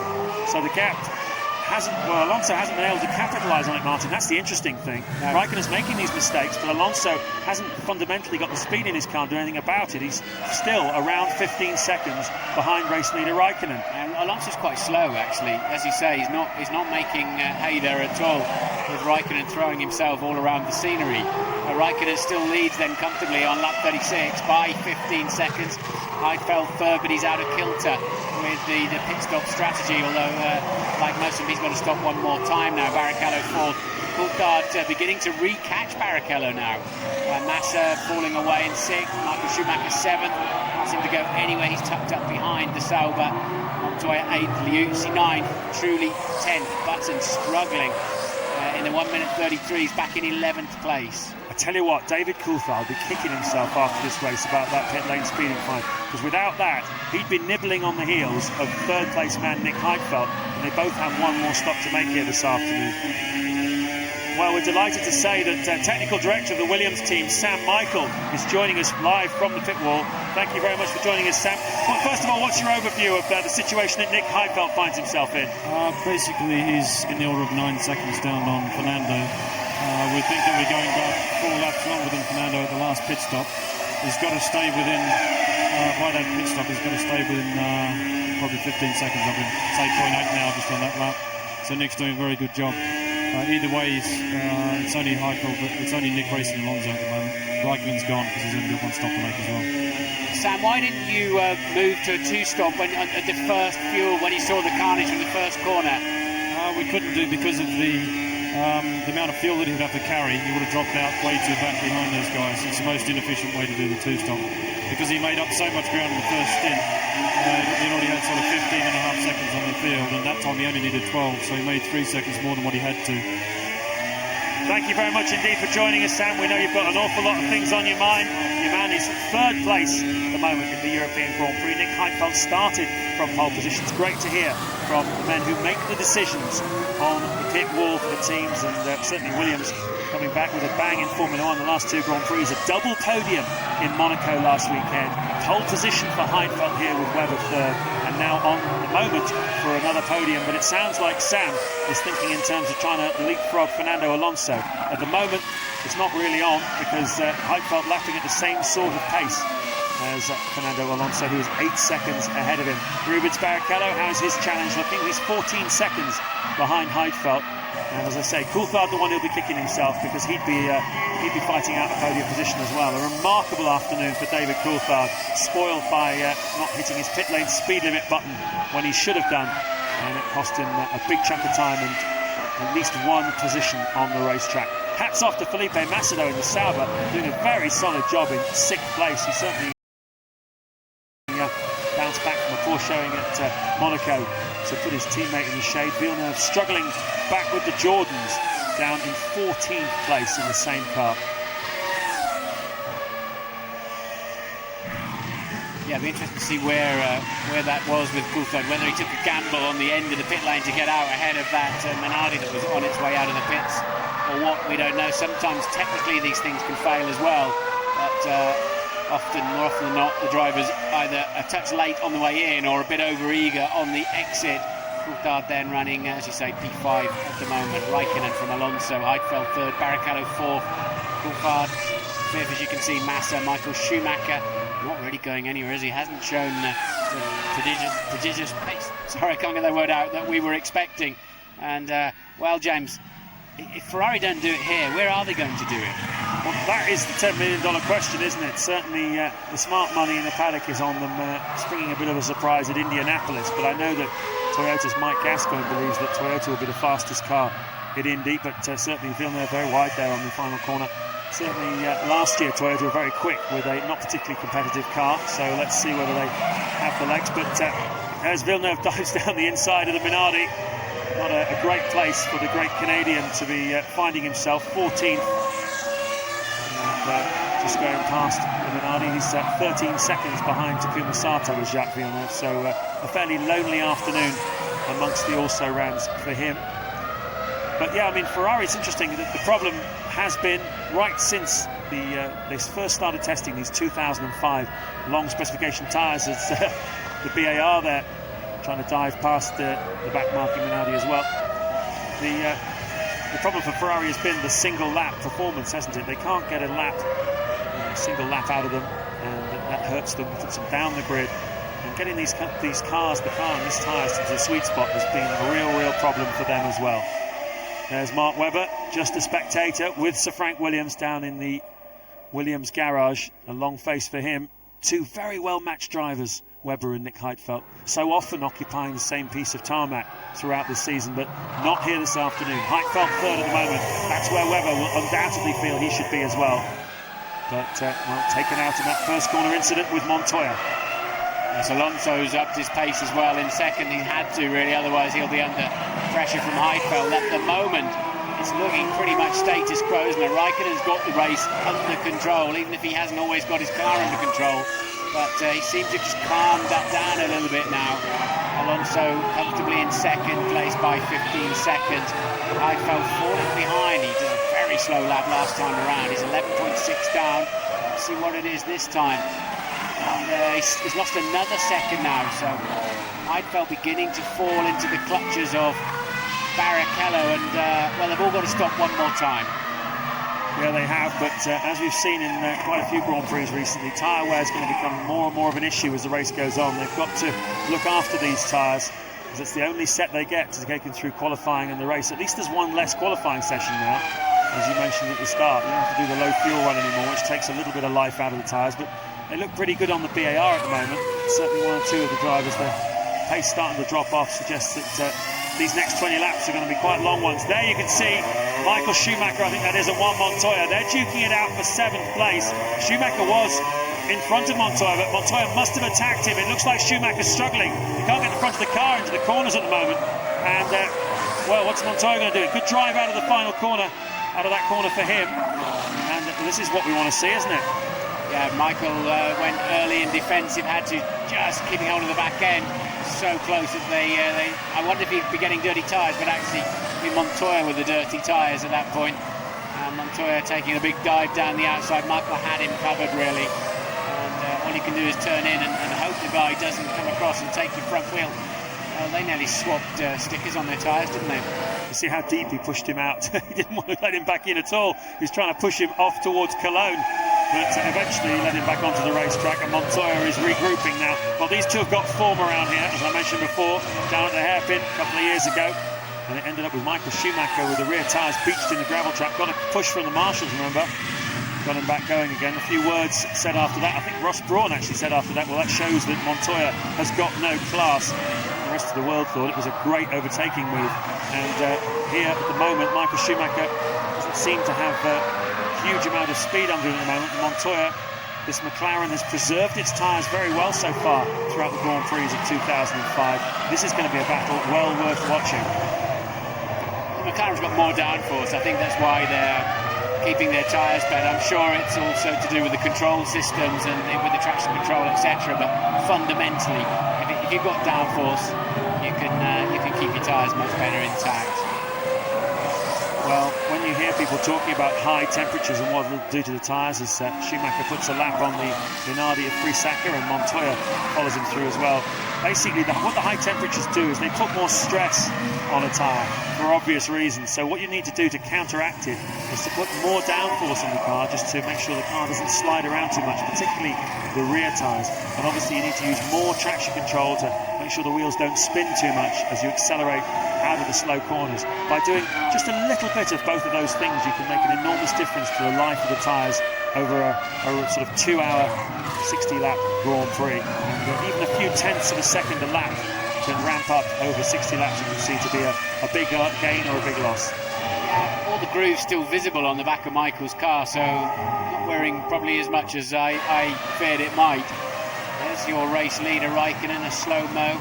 The underneath of the car there, the side of the car where he's been off the road collecting gravel and bits of rubbish, and no barge boards or anything hanging loose there. I don't think that's a particular drama, it's just one of those slow motion moody pieces of Formula 1 footage the directors like to show, and that's more of a drama, isn't it? But it releases the pressure off the brake pedal, and that won't do any damage to the tyre. It was a lock-up on the left front, the one that we saw earlier on, that was quite sustained into turn 1. That was a lock-up on the right front. So, well, Raikkonen certainly having an eventful afternoon. That's the margin, as it has been for a while, despite the mistakes that Raikkonen made, as he puts a lap on Takuma Sato. 13th place Takuma Sato, BAR's return after their suspension. Not a happy one then for him. He goes a lap down in a car that the team was claiming they hoped would be a contender for the race win here. Certainly hasn't happened. Jenson Button, his teammate, is only a couple of places ahead of him in 11th, and he looks like he will get lapped by the race leader at some point before the end of this Grand Prix as well. Not at all what Jenson had in mind. Well, Jacques there trying to be helpful was almost too helpful. Cost them both time because he arrived at the apex. I think he thought the Renault would be past him and lapped him, but by the time he got there, so it didn't quite work out. He was being generous, but almost over-generous. There you can see the sole remaining BMW Williams in the Grand Prix. Nick Heidfeld, third place, 16 seconds behind Alonso. His pace, though, dropping off about a second a lap now in comparison with the Renault. This is an attritional phase of this race, and no mistake. It's a big week for the relationship between BMW and Williams. Mario Tyson, the boss of BMW, saying yesterday, as the McLaren mechanics come out onto the apron, that there is certainly going to be a decision towards the end of June on where they go from here. And importantly, he said he expects the relationship with Williams to continue in 2006, but it's not much of a secret. There's a major board meeting at BMW on Tuesday to decide the strategy going forward for the team, and Mario Tyson believed to be putting a proposal down that BMW should buy the Sauber team at some point in the next few years. Start out by supplying engines to them, and then buy the team over the next couple of years. That would certainly put the cat amongst the pigeons, wouldn't it? Into the pits comes your race leader on lap 44. Ted Kravitz is in the McLaren garage. Well, let's see if Kimi has got a problem with his brakes. He's very slow into the box, but hits his marks fine. They're taking a very good look at those front brakes. The mechanics seem happy with it. The front tyres are in a bit of a state, but he's broken his right barge board, James. He's just broken the barge board where the barge board meets the beginning of the floor ahead of the side pods, so that could account for some of the strange driving. Yeah, well, remember, I think it was back in Melbourne, that came adrift completely, didn't it? It got stuck in the side pod for a while for Raikkonen before it broke free. He's certainly got to nurse that car a little bit. But I thought his tyres didn't look too bad, actually, considering he's moving into the final phase of the race. But Kimi Raikkonen then, solid stop. You see so many less problems in pit stop now. I think without the car going up and down for the wheel change, the refuelers seem to have a slightly easier time, and of course you're not going to get any sticking wheels. We saw guys park there with spare tyres. You're not allowed to fit them unless you've got a puncture, and then you've got to fit a tyre that is huge. You can't put new tyres on. But I'd like to see another onboard shot there. If we watch the front wing of that McLaren, it's moving around like crazy under braking. There's a lot of conjecture in the paddock about wings that are flexible and adjusting themselves. Obviously you want as much wing as you can get in the slow corners, but you want it to wind itself off. You can get away with it in the high-speed corners, and they are quite strictly controlled. But the front wing of the McLaren really moving around a lot. It's under braking. You can see it again there, can't you? But it's more of a lateral movement than a twisting movement. There's Montoya putting a lap on Montero. Drive-through penalty for car number 18. That is Montero, the Jordan driver you're looking at on your screens now. He's finished every Grand Prix this year, Martin. It's his first season in Formula One, but I added it up. And over the course of the 6 races so far, he's a total of 15 laps behind the winner. So he's finished every race, but that's how many in total he's been, which is over 2.5 laps per race behind the winner. So it's a different race altogether at the front from what goes on at the back. Here's the race leader at the moment, Fernando Alonso. He hasn't had the speed to really capitalise on the position he finds himself in. 10 seconds behind Raikkonen before the Finn made his pit stop. And I don't know how many more laps Alonso's going to be able to stay out. I doubt very much he'll have the speed to reduce that 10-second gap. He just set the new fastest lap of the race, still a long way from the lap record on a 1:30.7. So Alonso clearly has been carrying some speed in his pocket. Luis has found Ralf Schumacher. Ralf, what happened there? Did you just run wide? Well, I was following Sato and was relatively close in that moment, lost front arrow and just understeered straight. Then hit the curb, then just got launched off. We've seen a few people running wide. Tell us, how are the Michelins holding up, particularly the front? Well, I had understeered the whole weekend. The start of the race was quite okay, then it developed a bit. So we had a few problems this weekend really to understand the tyre, especially on my car. That was the reason why my qualifying performance was so weak. Problem at the start as well, talk us through that. Yeah, well, I had a reasonably good start, I thought, but went carefully into turn 1, and I just saw Alonso in front of me because I was so close, and all of a sudden he came to almost a stop, but I didn't see what's going on in front of him because I was so close, really. So it was really a shame. I couldn't do anything about it. Thanks, Ralf. Ralf Schumacher there. That's the first retirement in 2005 for the Toyota team, so a pretty good record for them. We're riding on board with Montoya, who's passed a lot of back markers this afternoon. He's been dropped by Michael Schumacher a couple of laps ago. He was fighting with him for that 7th place. Now, what's going to be interesting is Montoya dives into the pits. Massa has made his stop. He was in 6th place. Michael Schumacher has stayed out. Montoya has now come in. Those two were very close up behind Massa. So if Michael Schumacher can stay out another lap or two longer, I think he will nick 6th place. And off the racetrack is the Renault of Fernando Alonso. So both of the front 2 cars have had offs. I don't know whether that was an unforced error like Raikkonen's, but it's obviously difficult to keep these things on the road here this afternoon. Montoya exits the pits. Where is Massa? Massa just crosses the start-finish line now. This is for basically 7th place in the race. Massa keeps it. Montoya is behind him. Michael Schumacher still in front of them, yet to make another stop. It's all going off in the midfield here. Alonso went off down at the hairpin. Suspect he locked a brake on the way in, and that can be very costly. We need to see that. Hopefully, here we go. It is down at the far end of the racetrack. How wide does he go? Does he just creep around the outside? No, that's going to cost him a lot of time.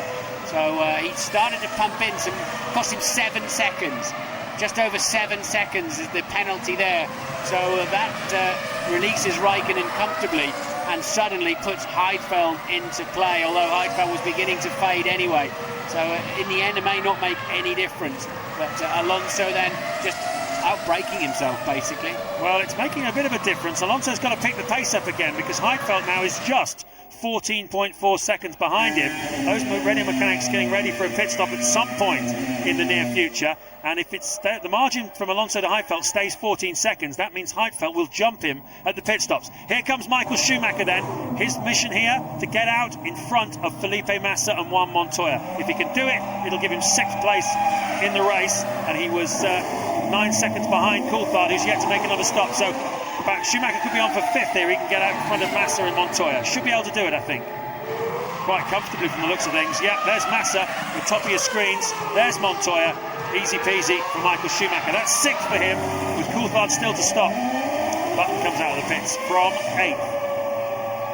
Well, the Michelin rears are looking more daggy on the pit stops than you have to. I mean, Michael's front tyres look brand new. We didn't really get a shot of his rear tyres, but he certainly is not going to have the doom and gloom of tyre degradation that I thought he was going to have when we looked at them at half distance. Still, you can just about see all of the grooves as Alonso pits. Alonso pits from the lead. And it's not going to be enough of a margin over Heidfeld. That mistake, going straight on at the hairpin, could well cost Fernando Alonso second place and another 2 points to Kimi Räikkönen in the World Championship. This is going to be very close.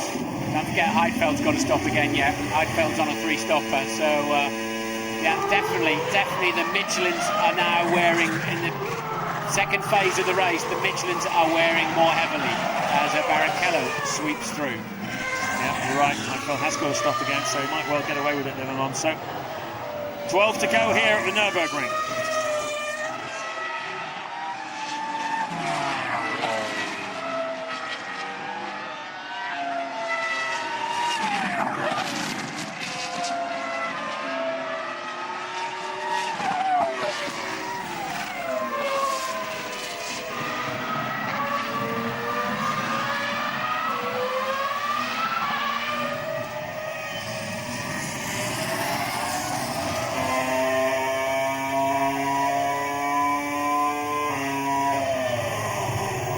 Raikkonen, surely now he can start to ease back with Alonso's error.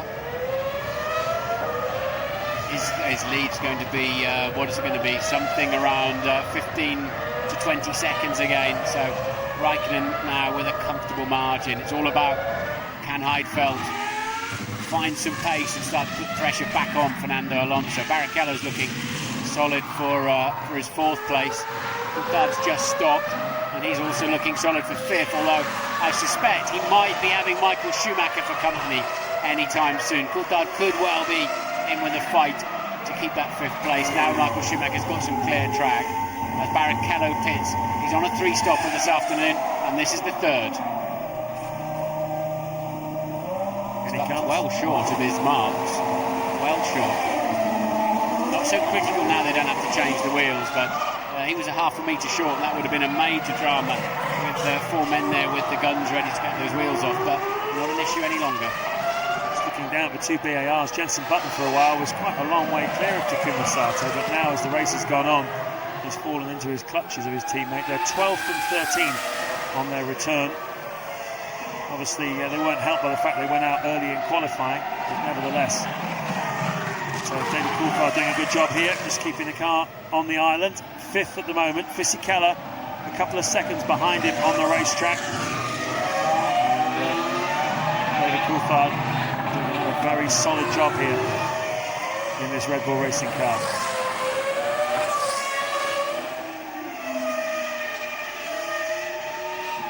Apparently Montoya then out of the points. Michael Schumacher managed to jump Felipe Massa. Montoya did not in that second round of pit stops, so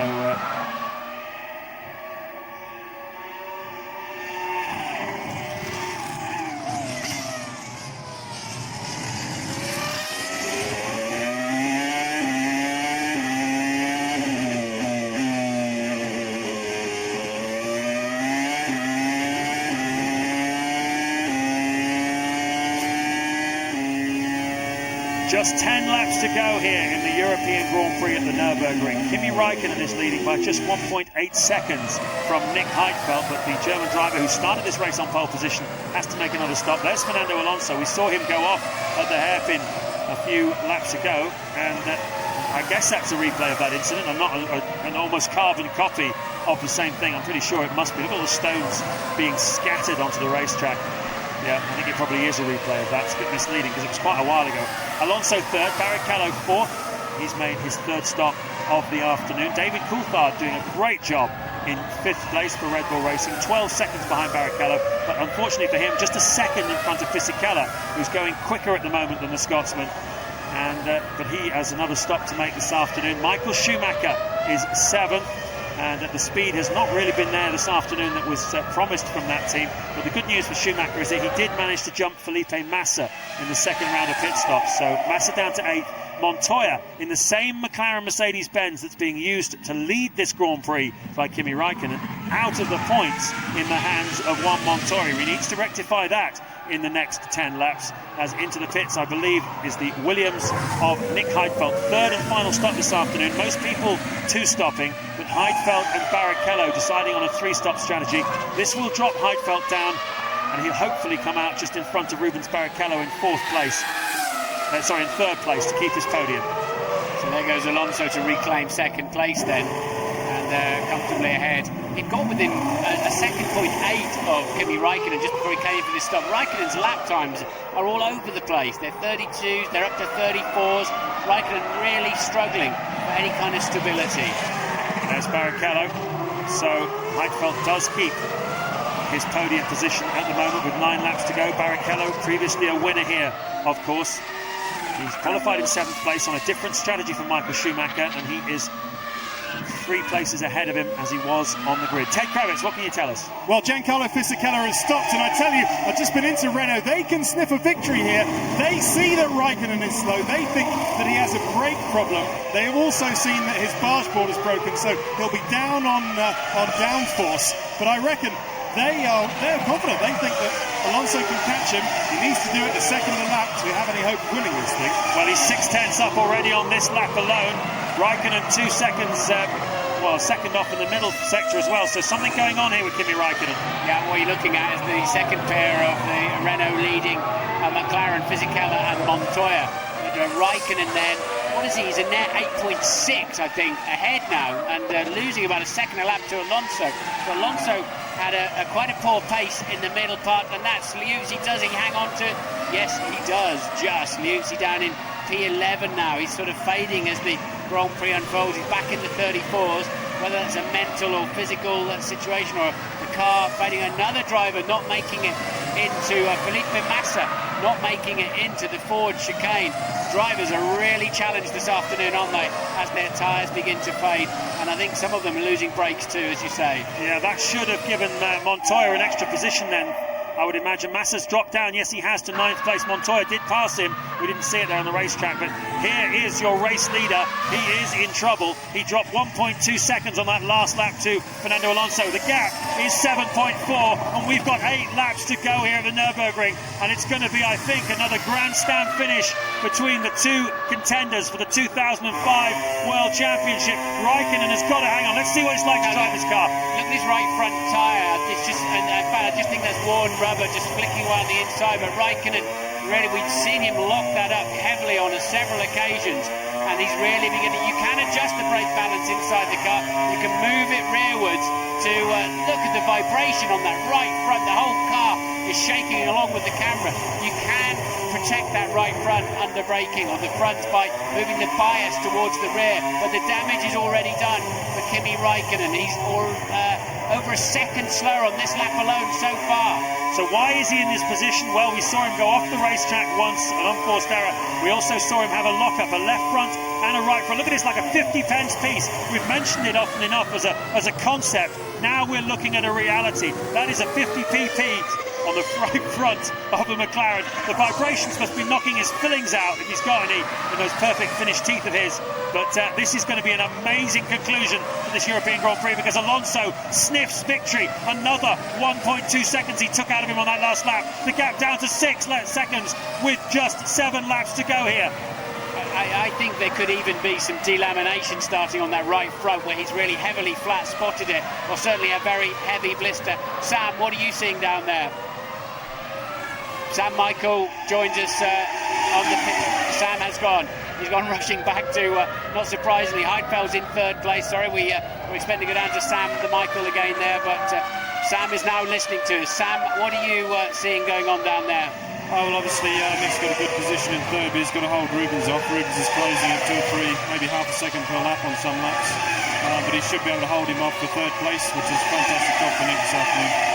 Obviously, everybody at home watching their television, Sam, they're not technical people like me. I'm not technical either. Explain to us why it's so difficult for these drivers to get these tyres through to the finish, with the struggle that they're having. Well, it's because you've got to run them for the whole race now, and you're pushing on the compounds as hard as you can to run softer. It obviously makes it very difficult with different levels of fuel load. So that's what you're seeing happening right now with Kimi, because he's flat spotted his tyres heavily. And obviously, Fernando's tyres are coming back after he went through a difficult stage in the race. Well, we're all set for a grandstand finish. Thank you very much, Technical Director of the Williams BMW team, Sam Michael. His driver started pole here today, is currently in third place, but all of the attention is on this man because he's leading a Mansell-esque charge, trying to get the race victory here in Europe. He's fighting his way through. Another 1.3 seconds he takes out of the stricken Kimi Raikkonen. There is Kimi Raikkonen. There is Fernando Alonso. He's got two back markers between him. Just 4.9 seconds the gap with 6 laps to go. For sure he's going to catch him, and then he's going to have to try and get past him. Yeah, 4.9 the gap then, and of course if Alonso gets anywhere near him, Raikkonen cannot go deep into a braking zone. Surely down into turn 1 he will not have a defence if Alonso can get that near to him. But there, look at that right front bouncing away, and it gives a tremendous vibration through the steering wheel. Everything is so rigidly mounted, but surely. Let's see, the first sector, Alonso up 0.3 already behind him, so the gap will be down to 4.6 now, and the laps are closing fast though. Whereas you'd be there, look, Alonso just nipping underneath. I think it's Jenson Button to put a lap on him. He's having to take all the risks through the back markers, but he's got to think of the championship, but he really can smell a victory now. He certainly can. This is absolutely fantastic stuff. The 120,000 people, the official crowd figure, with 112,000, I beg your pardon, we've just been handed for here today at the Nürburgring. They've come from far and wide. They've been in their camper vans. They've drunk their own weight in premium lager.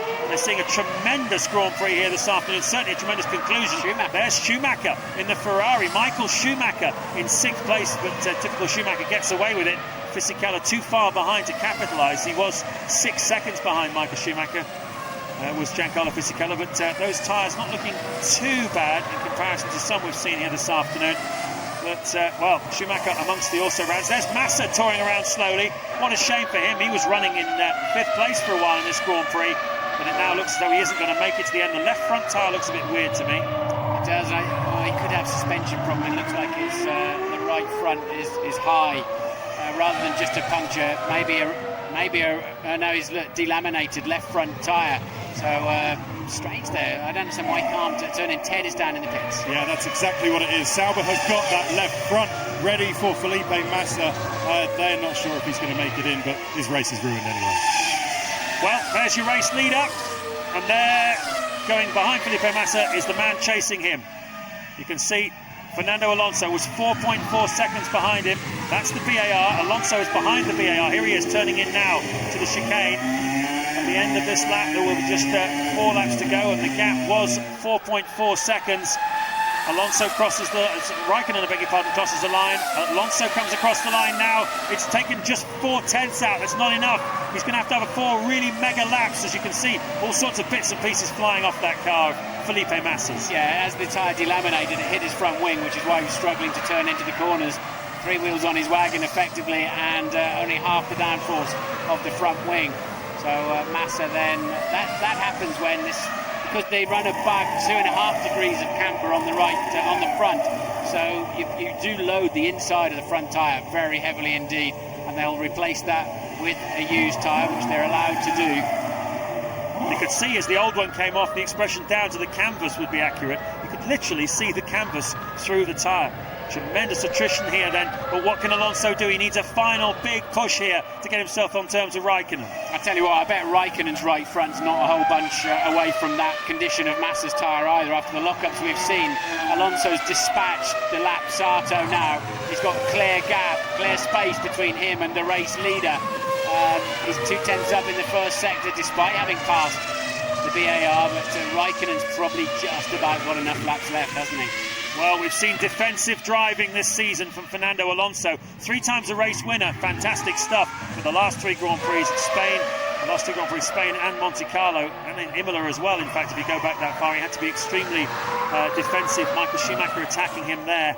And this time he's the one on the attack, and it's Raikkonen who's on the defence. There's Ron Dennis, the team boss of McLaren Mercedes, his foot just waggling. A little bit of excitement and tension there in the foot of Ron Dennis. the sole of that shoe, you probably saw some writing on it. It says one small step towards victory. Such a McLaren mentality message there. Ted Kravitz, what can you tell us? Look at this tyre now, Ted. Look at it, the right front of Raikkonen. And even more than that, you can hear it. Standing here in the McLaren garage, you can hear it when he comes across down the straight. Everyone else sounds clean. You can probably hear them in the background. They go, ooh, ooh, and then Raikkonen comes and it's it is as bad as that. Sound effects by Ted Kravitz. Copyright ITV 2005. Well, I guess Alonso can't quite hear it yet, but he will soon at this rate. He's now just over 3 seconds behind the race leader. There's third place man Heidfeld. Barrichello still fourth. Coulthard's fifth. On for some more World Championship points here this afternoon for Red Bull Racing. Michael Schumacher a long way behind him in sixth place. He seems to have settled for that. Fisichella seventh. Montoya creeps into the points, having got past Massa. He's in eighth place, but are we going to get a change of lead in the closing stages of this Grand Prix? It's the main fight going on. You have to be impressed with the reliability of that McLaren, because Raikkonen has thrashed that within an inch of his life all afternoon, hasn't he? He's really abused that car, and it's staying underneath him. But 4 laps to go, and that right front tyre. Imagine the downforce at 185 miles an hour coming into the heavy braking zone and the NGK chicane. Just puts so much load into those tyres. And if the carcass and casing, look at that, just hanging on in there still, isn't it? How can he possibly drive this car with the tyre in that condition? Even if you're on the roads and a policeman saw that, he'd pull you over, and quite rightly too. This is incredible. The man is driving at an average speed of 128 miles an hour around a racetrack with a tyre that has no place on a racetrack. The lead down to 2.7 seconds now, and they're coming up to lap Montoya in the sister cars in P8. He is in a point scoring position now, and now we get a good shot. Look at that, it's just moving around almost on the rim, the tyre there. So that's the big flat spot we saw him put on it when he was trying to lap Jacques Villeneuve, and it's somehow hanging on. It can't last. It cannot last. Surely it cannot last. If he was to pit now, which would be the non-adventurous thing to do, I suppose, he would probably be able to come out just behind Heidfeld. He'd still be on the podium, but it'd be... I mean, is this unsafe? No, you just got to keep going. If you hit the wall, you hit the wall. There's no chance to stop now. I'm just trying to look at the sectors, and he lost 4/10 in the first sector. He's a second down again on Alonso. Alonso's taken a second out of his lead, and now look how much closer he is. And Alonso with the full braking ability of that Renault. We are going to see a showdown in the final few laps. For the second time this week at a major sports event, I'm shaking. I was in the stadium in Istanbul. I was shaking for the whole of the second half, and I'm shaking again now, because this is the most fantastic finish to a Formula One race. Raikkonen is under real pressure. There goes the tyre, let's go. He just misses the VAR, and I said he should have pitted. I told you he would have got a podium if he'd pitted, instead of which he's going to get absolutely nothing. Ron Dennis can't believe it. The racer in Raikkonen wanted the victory. He wanted to stay out there. The common sense man said bring him in. They didn't do it. Alonso's going to take another 10 points out of him in the World Championship, and there's a smile underneath that Spanish crash helmet, because Alonso is going to win the European Grand Prix, having not had a sniff of it for the whole race. And when it went big, didn't it? Took the suspension with it, but they need to pull these points back on Alonso. They had to take them to racers' gamble. They had to do it, and that's very reminiscent of when Mika Hakkinen had a similar failure. Just about took Jenson Button out of the race, but missed him. Button moves up to P10, Coulthard up to P4 then, and well, I don't know. Analysis will say yes, you should have changed it. Of course you should have changed it. It would have been 6 points versus no points. Maybe that's just, I'm not a racer and you are, but last lap you don't come in for pits, but that looked dangerous to me, and well, there we go, it's off. Yeah, the tender's doing a good job to keep it from bouncing across Raikkonen's head, so Alonso leads comfortably then from Heidfeld. Barrichello still trying to put Heidfeld under pressure. A lot of debris on the racetrack. And through to complete a very unlikely victory comes Fernando Alonso. He hunted down Raikkonen. He has his 4th Grand Prix victory of this extraordinary 2005 World Championship. He loves it. He absolutely loves it. The 5th win of his brief career, only 57 Grand Prix, and yet he's been in the winner's circle for almost 10% of them. Nick Heidfeld, he lucks into a second, it would have been a third. Barrichello gets a podium for Ferrari. First time for him this season that he's been on the podium. They had one with Michael Schumacher, remember, back at Imola, but the first time for him. And Heidfeld, well, that was a tremendous result for him. And what about David Coulthard? What a drive by him. Stupendous performance. Bear in mind as well, he had a drive-through penalty for speeding in the pit lane. That would have added about, 12, 15 seconds to his overall race time. Not quite enough to beat Barrichello, but he'd have been really knocking on the door of a podium without that speeding fine. Yeah, it'll be at least that, I would think, and that puts him up to 4th in the all-time point scorers list in the history of F1. So P4 today for Coulthard, and say 4th in the list. But Alonso then, he put just enough pressure on Raikkonen, didn't he? They both ended up going off the road. You have to say Raikkonen did thrash his car hard today, and he paid the price, didn't he? He did. He flew off the road at the Ford curve. He had a couple of big lockups into turn 1, and well, the mood on the McLaren wall, you can just imagine, can't you? Because as he tours around on his slowdown lap, Alonso is saying 4, yes, he's saying it to you at home as well. I've won 4 times this year, and that is the most fun I've had for a long time.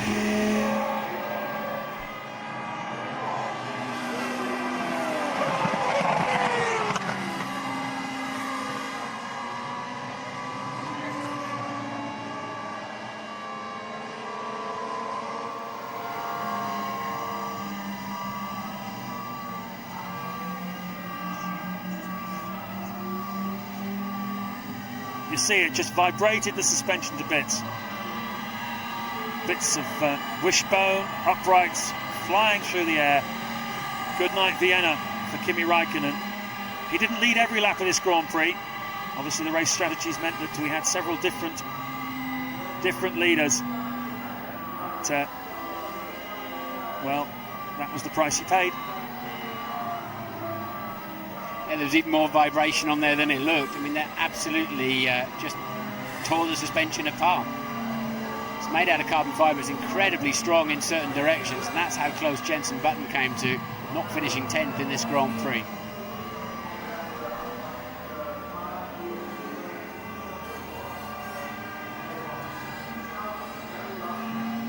Yeah, we'll be replaying that incident for many, many weeks to come. He's so close to Button, who himself had an incident like that at Spa, didn't he? He had a tyre failure and he whacked one of the Minardis, I believe, into the wall. Similar situation.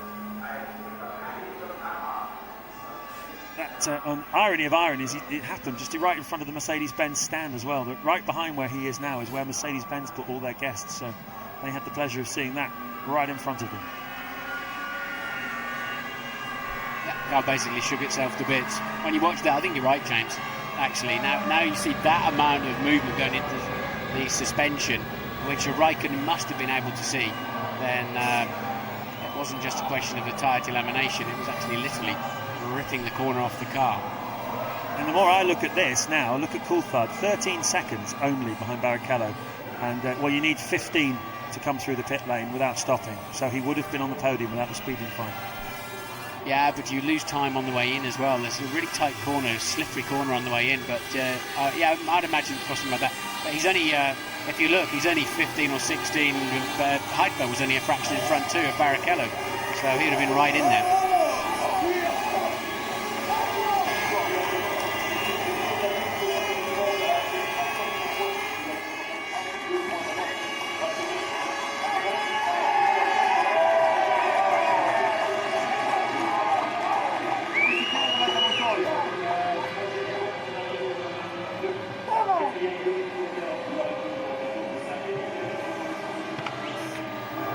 Back at the Nürburgring here in northern Germany, we have had a sensational finish to a really exciting Grand Prix here. Kimi Raikkonen's tyre exploded at the beginning of the final lap, handing victory to Fernando Alonso, and a crucial 10 points further ahead of him in the World Championship. We'll debate long and hard about whether or not McLaren should have brought Raikkonen in. Even though it would cost him the victory, he still probably would have got a podium here this afternoon and 6 points at least, but they didn't do it. He obviously didn't want to do it, Raikkonen himself, but it cost him very, very dearly indeed. Yes, they have to prove the tyre was dangerous, which wouldn't have been difficult. Actually, I think you're absolutely right. Of course, he should have come in. The tyre didn't actually explode. The vibration and the out of balance of the tyre became so strong it literally ripped the suspension off the car. The tyre was just, I would imagine, still inflated actually, but it was the cause of the accident, and they obviously decided to wing it, to chance it on the final lap, and well, they took some pain for it, didn't they? They certainly did. Another dramatic race in what's turning out to be the best World Championship for many, many years. There's Nick Heidfeld. He was our pole sitter here today. Slow away from the start, but on his three-stop strategy, he kept going. He was on for a podium, and then when Raikkonen's suspension broke, he nicked second place for the second race in a row then, Heidfeld. Monaco P2, and now the European Grand Prix P2. Flavio Briatore can't believe it. And neither could Fernando Alonso. You know what, Martin? He only led one lap of this Grand Prix. Well, no, he didn't. He led in the middle part as well, but crucially, he led the most important lap, which is the last one. Yeah, as ever, Michael Schumacher crept up to fifth. Fisichella started from the pit lane and finished sixth. He had good pace through that Grand Prix, so a good recovery drive there from Fisichella. Montoya, with a difficult afternoon, got caught up. Amazing that his McLaren got to the end, isn't it, after it was run into by Mark Webber's Williams down into turn one.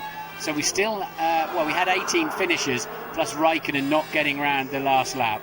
Flavio Briatore putting some manners on Herbie Blash. He used to run the Brabham Formula One team. You drove for them, I worked for them.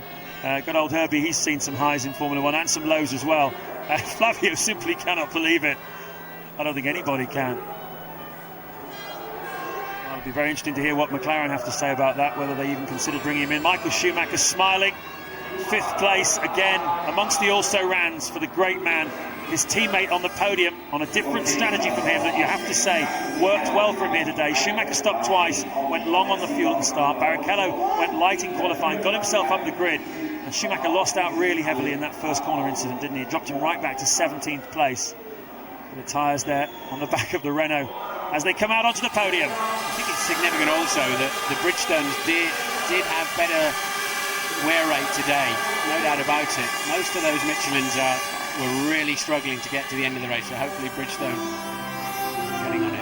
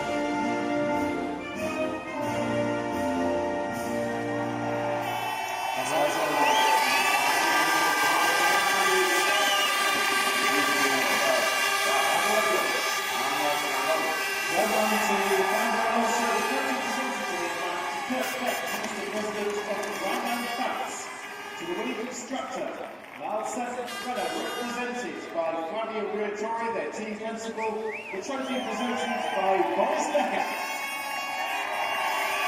That's for you, says Flavio. King below him. So the second has won a new contest. The trophy presented by Max.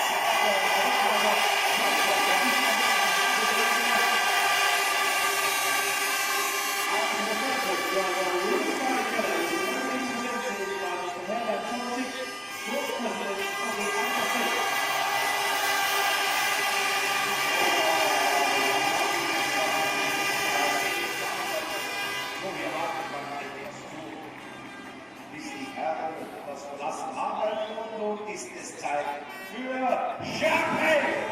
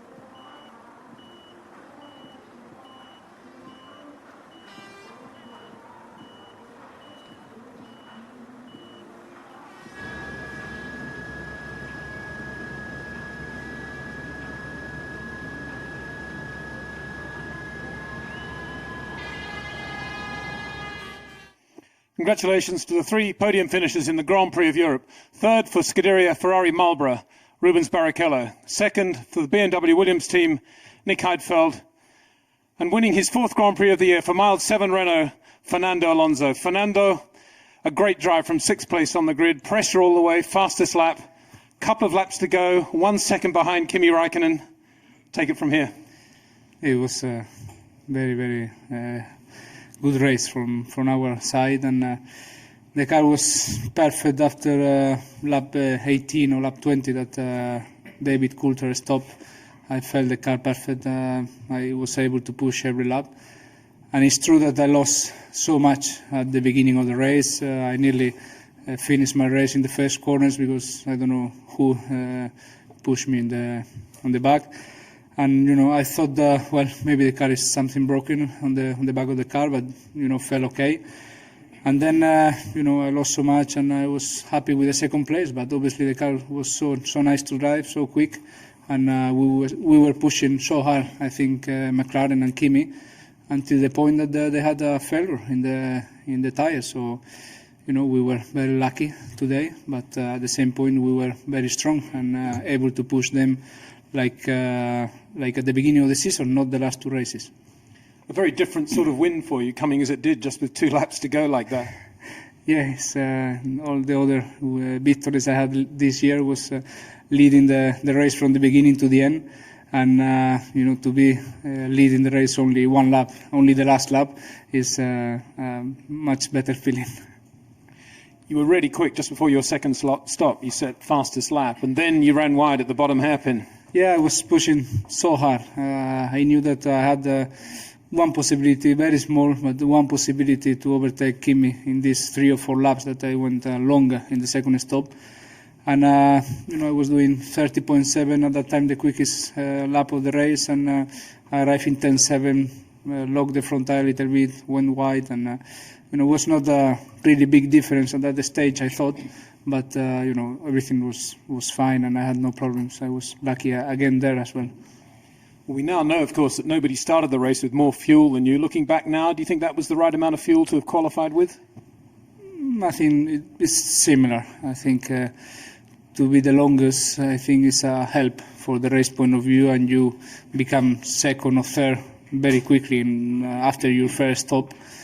But you have to be careful the distance and the gap you have with the car who is leading the race. And maybe it was a little bit too far, Kimi, this time. So maybe with a little bit less fuel, it was not a bad idea as well. But winning the race, I think I have to say that the strategy was perfect again. Well, congratulations, Fernando. Nick, congratulations to you too from the pole. Another second place, your second in a row. Off the line though, Kimi quicker into that first corner. Yeah, we knew from the beginning that most likely Kimi would have a lot better start, but it was quite close actually, and I had a go in the first corner, but he just timed it perfectly and held on to second position. Obviously, we did a 3-stop race, had a short first stint, but I think that worked out perfectly for us. We just did that because we hoped to get the best result, which we in the end got with the second place. Just pushed as hard as possible in the first stint, tried to get a gap, which worked pretty well, and car was really nice, but as I had to push so hard in the beginning, lost the rear tires a bit towards the end. And quite a lot of pressure from Rubens in the Ferrari towards the end as well. Yeah, I mean, it's one thing for Rubens to be behind me. I think even if he would have been close, would have been another thing for him to try and overtake me. But actually, as I saw him getting close, I was able to push a bit harder. He closed the gap, especially as I was stuck behind a Jordan, who I think didn't do a good job because he had blue flags for a few laps. And that cost me quite a lot of time. After he was gone, I did put in some good times, and I think it was clear that without any problems I could hold on to third position at that time, and then obviously we were lucky that Kimi didn't finish. A great result for the team after a difficult start, and now circuits like Canada and Manicure where BMW winners have always gone well. Yeah, I was amazed. I mean, after pole position, to be honest, I didn't expect to be able to win. I thought if everything goes perfect, I'll be third, and now we're here in second position. After a weekend which started quite difficult on Friday, we didn't do a lot of laps. It was very difficult for us to do the tire choice. I think in the end we did the right one. We also, instead of focusing on this race with development parts, are focusing more on the next couple of races. So I hope we make a step forward again. Congratulations to you. Rubens, welcome back to the podium after Melbourne. A great drive from you, also on a 3-stop strategy. Tell us about the first corner. What did you see of the melee there? Well, the first corner is it's actually a great one for overtaking, but it's on the first lap. It could be a mess, and I was alongside Fernando, and all of a sudden I was turning and I saw just 2 cars. I think it was a Williams or somebody else just crossing in front, and I had actually to turn left before I turned right. So I lost a lot in that confusion, and it was a pity. But on the same way, I was able to push my race from the beginning, because I lost a lot, maybe, I don't know, 15 seconds or even more. But then I was able to push, and even though I had some difficulties of overtaking, I was able to overtake and use my strategy very nicely. Well, it looked as if you were enjoying yourself out there today. There's a lot of racing going on, and the car proved reliable and relatively quick.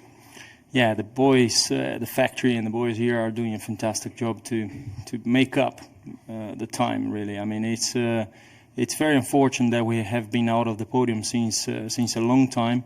The car is very reliable, the engine is good, and the tires are fantastic. It's just that we had a difficult time at some point into the season, but we're coming back. Of course, I feel that the Ferrari team will be very strong from now towards the end of the year, and we're going to be winning races hopefully soon.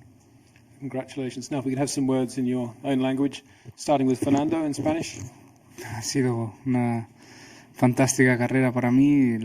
El conseguir la cuarta victoria de este año es un sueño hecho realidad. He tenido mucha suerte de que Kimi no acabase la carrera, y gracias a eso pues tuve la posibilidad de ganar, pero bueno, aún así tuvimos nosotros un poco de culpa. Fuimos forzando la máquina toda la carrera, llevándolos a McLaren y a Kimi mismo pues al límite de sus posibilidades también, y hasta que todo se fue al carajo, ¿no? con el neumático. Y bueno, pues he tenido suerte, ya digo, pero creo que merecíamos esta victoria después de los problemas que tuvimos en Mónaco, y vuelvo a tener un coche competitivo y un coche ganador, y gracias a Dios no he fallado. And Nick? Ja, fantastische 2 Wochen für mich. Zweiter in Monaco, Zweiter hier, Pole Position im Qualifying. Ich glaube, besser kann es nicht laufen. Man sieht, denke ich, dass wir uns stark steigern. Lob an BMW und Williams, die unglaublich hart gearbeitet haben. Man sieht, glaube ich, dass unsere Strategie sich ausgezahlt hat von Pole Position. Es war klar, dass es sehr, sehr schwierig wird zu gewinnen. Ich dachte, wenn alles gut läuft, kommen wir aufs Podium. Ich denke, das hat alles optimal funktioniert. Konnte fast während des ganzen Rennens frei fahren und freue mich auf die nächsten Rennen und bedanke mich bei allen meinen Fans. Thanks, Nick. Rubens.